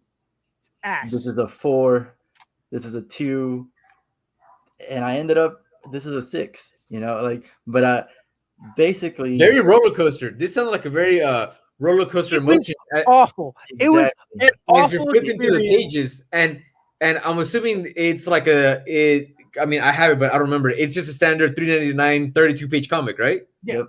Dude, but it's for you to go through all those emotions. I have to read this because I am thinking ahead. Like if I'm looking at it just with Okay. what Nick is You're doing, predicting. That's what I do too. You're predicting. but- This is gonna go this way. but right now you're saying this is awful because you just saw what happened and you're staying in that zone. And I'm thinking if Nick Spencer can pull this out of his ass, this is not awful. There's no This is way. great. The man is not a finisher. This He is does not this know is how to finish a amazing. story. The fact that he He did builds this is himself up amazing. way too high.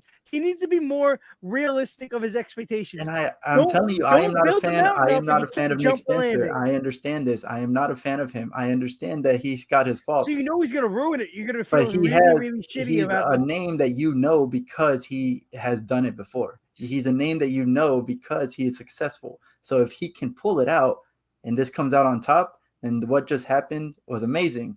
Now, if he does what he usually does, it's going to come out here, and I'm going to agree with you. This issue is ass. But as of right now, it wasn't I like a cannot make terrible a issue. decision. But the one thing that you're talking about that made you jump around is when it first started, I was like, oh no. And then it happened. I'm like, oh no. Then it keeps going. I'm like, oh no. And then the ending, I was like, God damn it. And that is why I'm looking forward to it. It's one of those books during the week that And that is immediately exactly made me why. message you guys in the group chat and be like, yo, what the And that's exactly why whenever you I guys am get those looking forward to messages, Sinister War it's number books 4. that make me like I finish them, and the first thing I need to do is vent. It's exactly why I'm looking forward to it because of this exact reason. How many I issues don't of know what's Sinister gonna War is there? happen. Is there only 4? There's only 4. This is the This end. is the conclusion. This is Nothing the has conclusion of happened since Sinister issue War. 1. This is the thing. This is the conclusion of Sinister War 4, but we still have ASM 73 and 74 technically 74, for which it to finish. And 74 is Spencer's Goodbye. last hurrah. That's his goodbye. Yeah. And So- it's gonna be, and it's a fucking $9.99 book, so it's gonna be. I think this was gonna be a 60. No. Okay. It's gonna be like an 80-page giant, man. Let's say if it's 9, it should be 80 pages. Yeah, Oh, 99. Another thing It's that gonna I be, forgot it's to gonna be an mention 80-page giant. about Fear State is that it's James Tinian's last Oh yeah. thing. Oh, yeah. That he's doing with Batman. And I think who was it that said the guy taking on Batman was gonna be Well, Big it's gonna Matt be said it, right? well, it's gonna be Joshua Williamson, Yes. It's gonna be Kyle That's it. Higgins. He's the one who's writing Robin, right? huh? He's writing Robin. Yeah, Yeah. Yeah, he's really good. that's his He name, wrote right? Joshua Yeah. Williamson. He did the Flash, right? Yep. Yeah, I'm honestly that's actually we could do this next week for the debate. Joshua Williamson is not as hyped as he's made to be. I don't. You don't think- you don't- see it. I don't. I thought you liked and his we're not Flash going to on. discuss it right now, Okay. but we'll do it next week for sure. Because that is my am I wrong? Like I'm not there with everybody else. But all right, man. I don't know. that's I it. think he's a good writer. Whatever. But with that being said, yeah. Sinister War. Spencer sucks. He's I'll give him this. He's one of my favorite dialogue writers. sorry, real quick. 92 pages. Holy shit! Ooh. Is it gonna even fit in a bag and board? So this one, because the 999 are typically like 80-page giants, or like 70s, something, whatever. This is a 92 pager, man. Like, and he might finish his Sinister War story in that. Yeah, just because there's so many. because and 92 pages, guys, we're getting close to. I mean, this is a trade paperback size. To be honest with you, Yeah. like 92 pages, that's almost trade paperback size. You know what? It's definitely the physical value for the price is there. But is the content value going to be there? If it's 92 pages of garbage, I'm going to fucking throw it against the wall. I will say that just like I am holding out hope for Good Luck, I'm holding out hope for Nick Spencer. They're both there. They're both in my shit list, but I'm holding out hope for both of them. Yeah. Good Luck got better. I will say that. Good Luck got better. Nick Spencer just did this. Issue and I'm 3's giving him out? a chance. Yeah. Came out last week. So All right. I'm All right, holding my so heart out. on the screen. book we didn't get to talk about because 5 pages. Manny screwed me and changed his mind last minute. Because we all said Dark Ages. Every single one of us said it. So Yeah, but we didn't talk about it. because we don't know anything about it. We just know that it's dark. There are heroes that are changing powers or something. People changed. What's happening? It's an alternate universe. That's all that matters. That's all there is to really say about that. And it really is Dark Ages for sure is going to be my number one. It's going to be at the top of my reading list. The first thing that I'm going to read. Yeah. I am so absolutely excited for this. You know, we're all Tom Taylor fans, so this is good. This is we haven't seen him do Marvel in a long time. Yeah, and you know what? And Vision. All right. And it just looks fun, man. Like I just want to have fun with this, and I've mentioned this plenty of times on our shows. I am a sucker for alternate, universe type, what if, whatever storylines, and this one it just sounds fun, and the creative team. I mean, the writing, the art's gonna be great. The scenes we're gonna get, yeah, like it's what everybody's gonna be talking about. I think, and I hope that this is the event of the year. I hope that this surpasses. We've been waiting for this event since before I met you guys. Yeah, like before 1 month later was ever a thing. We've been waiting for this. It's been almost 2 years in the making. Yep. I hope that this is bigger. And you know what? I'm not even like hyping it to the point where I'll maybe be disappointed. This isn't even a hype. I'm just genuinely excited. I know I won't be disappointed. And I hope. I don't know the last time I've read something written by Tom Taylor and I was disappointed. I just don't. Yeah. I hope that this is the blockbuster of the year, and I hope that it's bigger than King in Black. You know, it's gonna be bigger than King in Black. There's no tie-ins. But but that's it for me this week. That's all I got. Also, the sickest cover is our boy that we just talked about. The only variant that I'm getting. Ad is dope. Scotty Young's. It's dope. I'm just mad that this looks better than what it's gonna be, just because of like all the barcode and all that.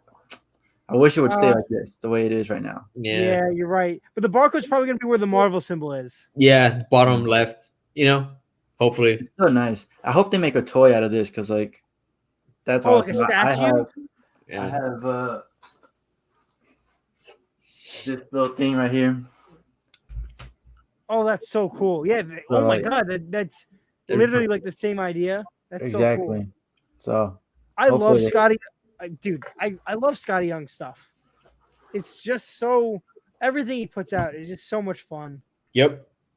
Like I have all the Extreme Carnage stuff. It's another element, another layer of hype I have for series is when they have like a Scotty Young cover. I just can't wait for that issue 1. I can't wait to read it. I can't wait to have that cover. Yeah, you know what? There's so many covers that I want, and I'm just gonna hope that the print run on this is gonna be fucking massive, so that at some point it's based around Spider-Man. Like Spider-Man's on almost every cover. So that at one point I can find it in the like 50% off kind of bins, because, Jesus, man, I want every cover. Like, but yeah, we'll see.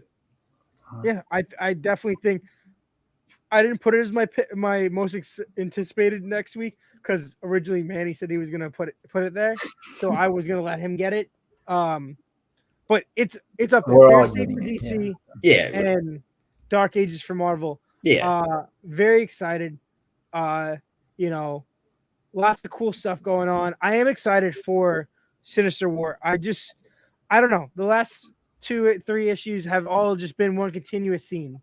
Yeah, it's just been kind of like I said, filler. It's been really drawn out, and I thought you're making this by an extra 4 issues. But this last issue of Spider-Man really kind of set it to where we get. I know. We get. I think the Spider-Man issues that have been part of Sinister War are more enjoyable than the Sinister War issues. Sinister Wars have just been art books of just thousands of villains fighting Spider-Man and throwing them around.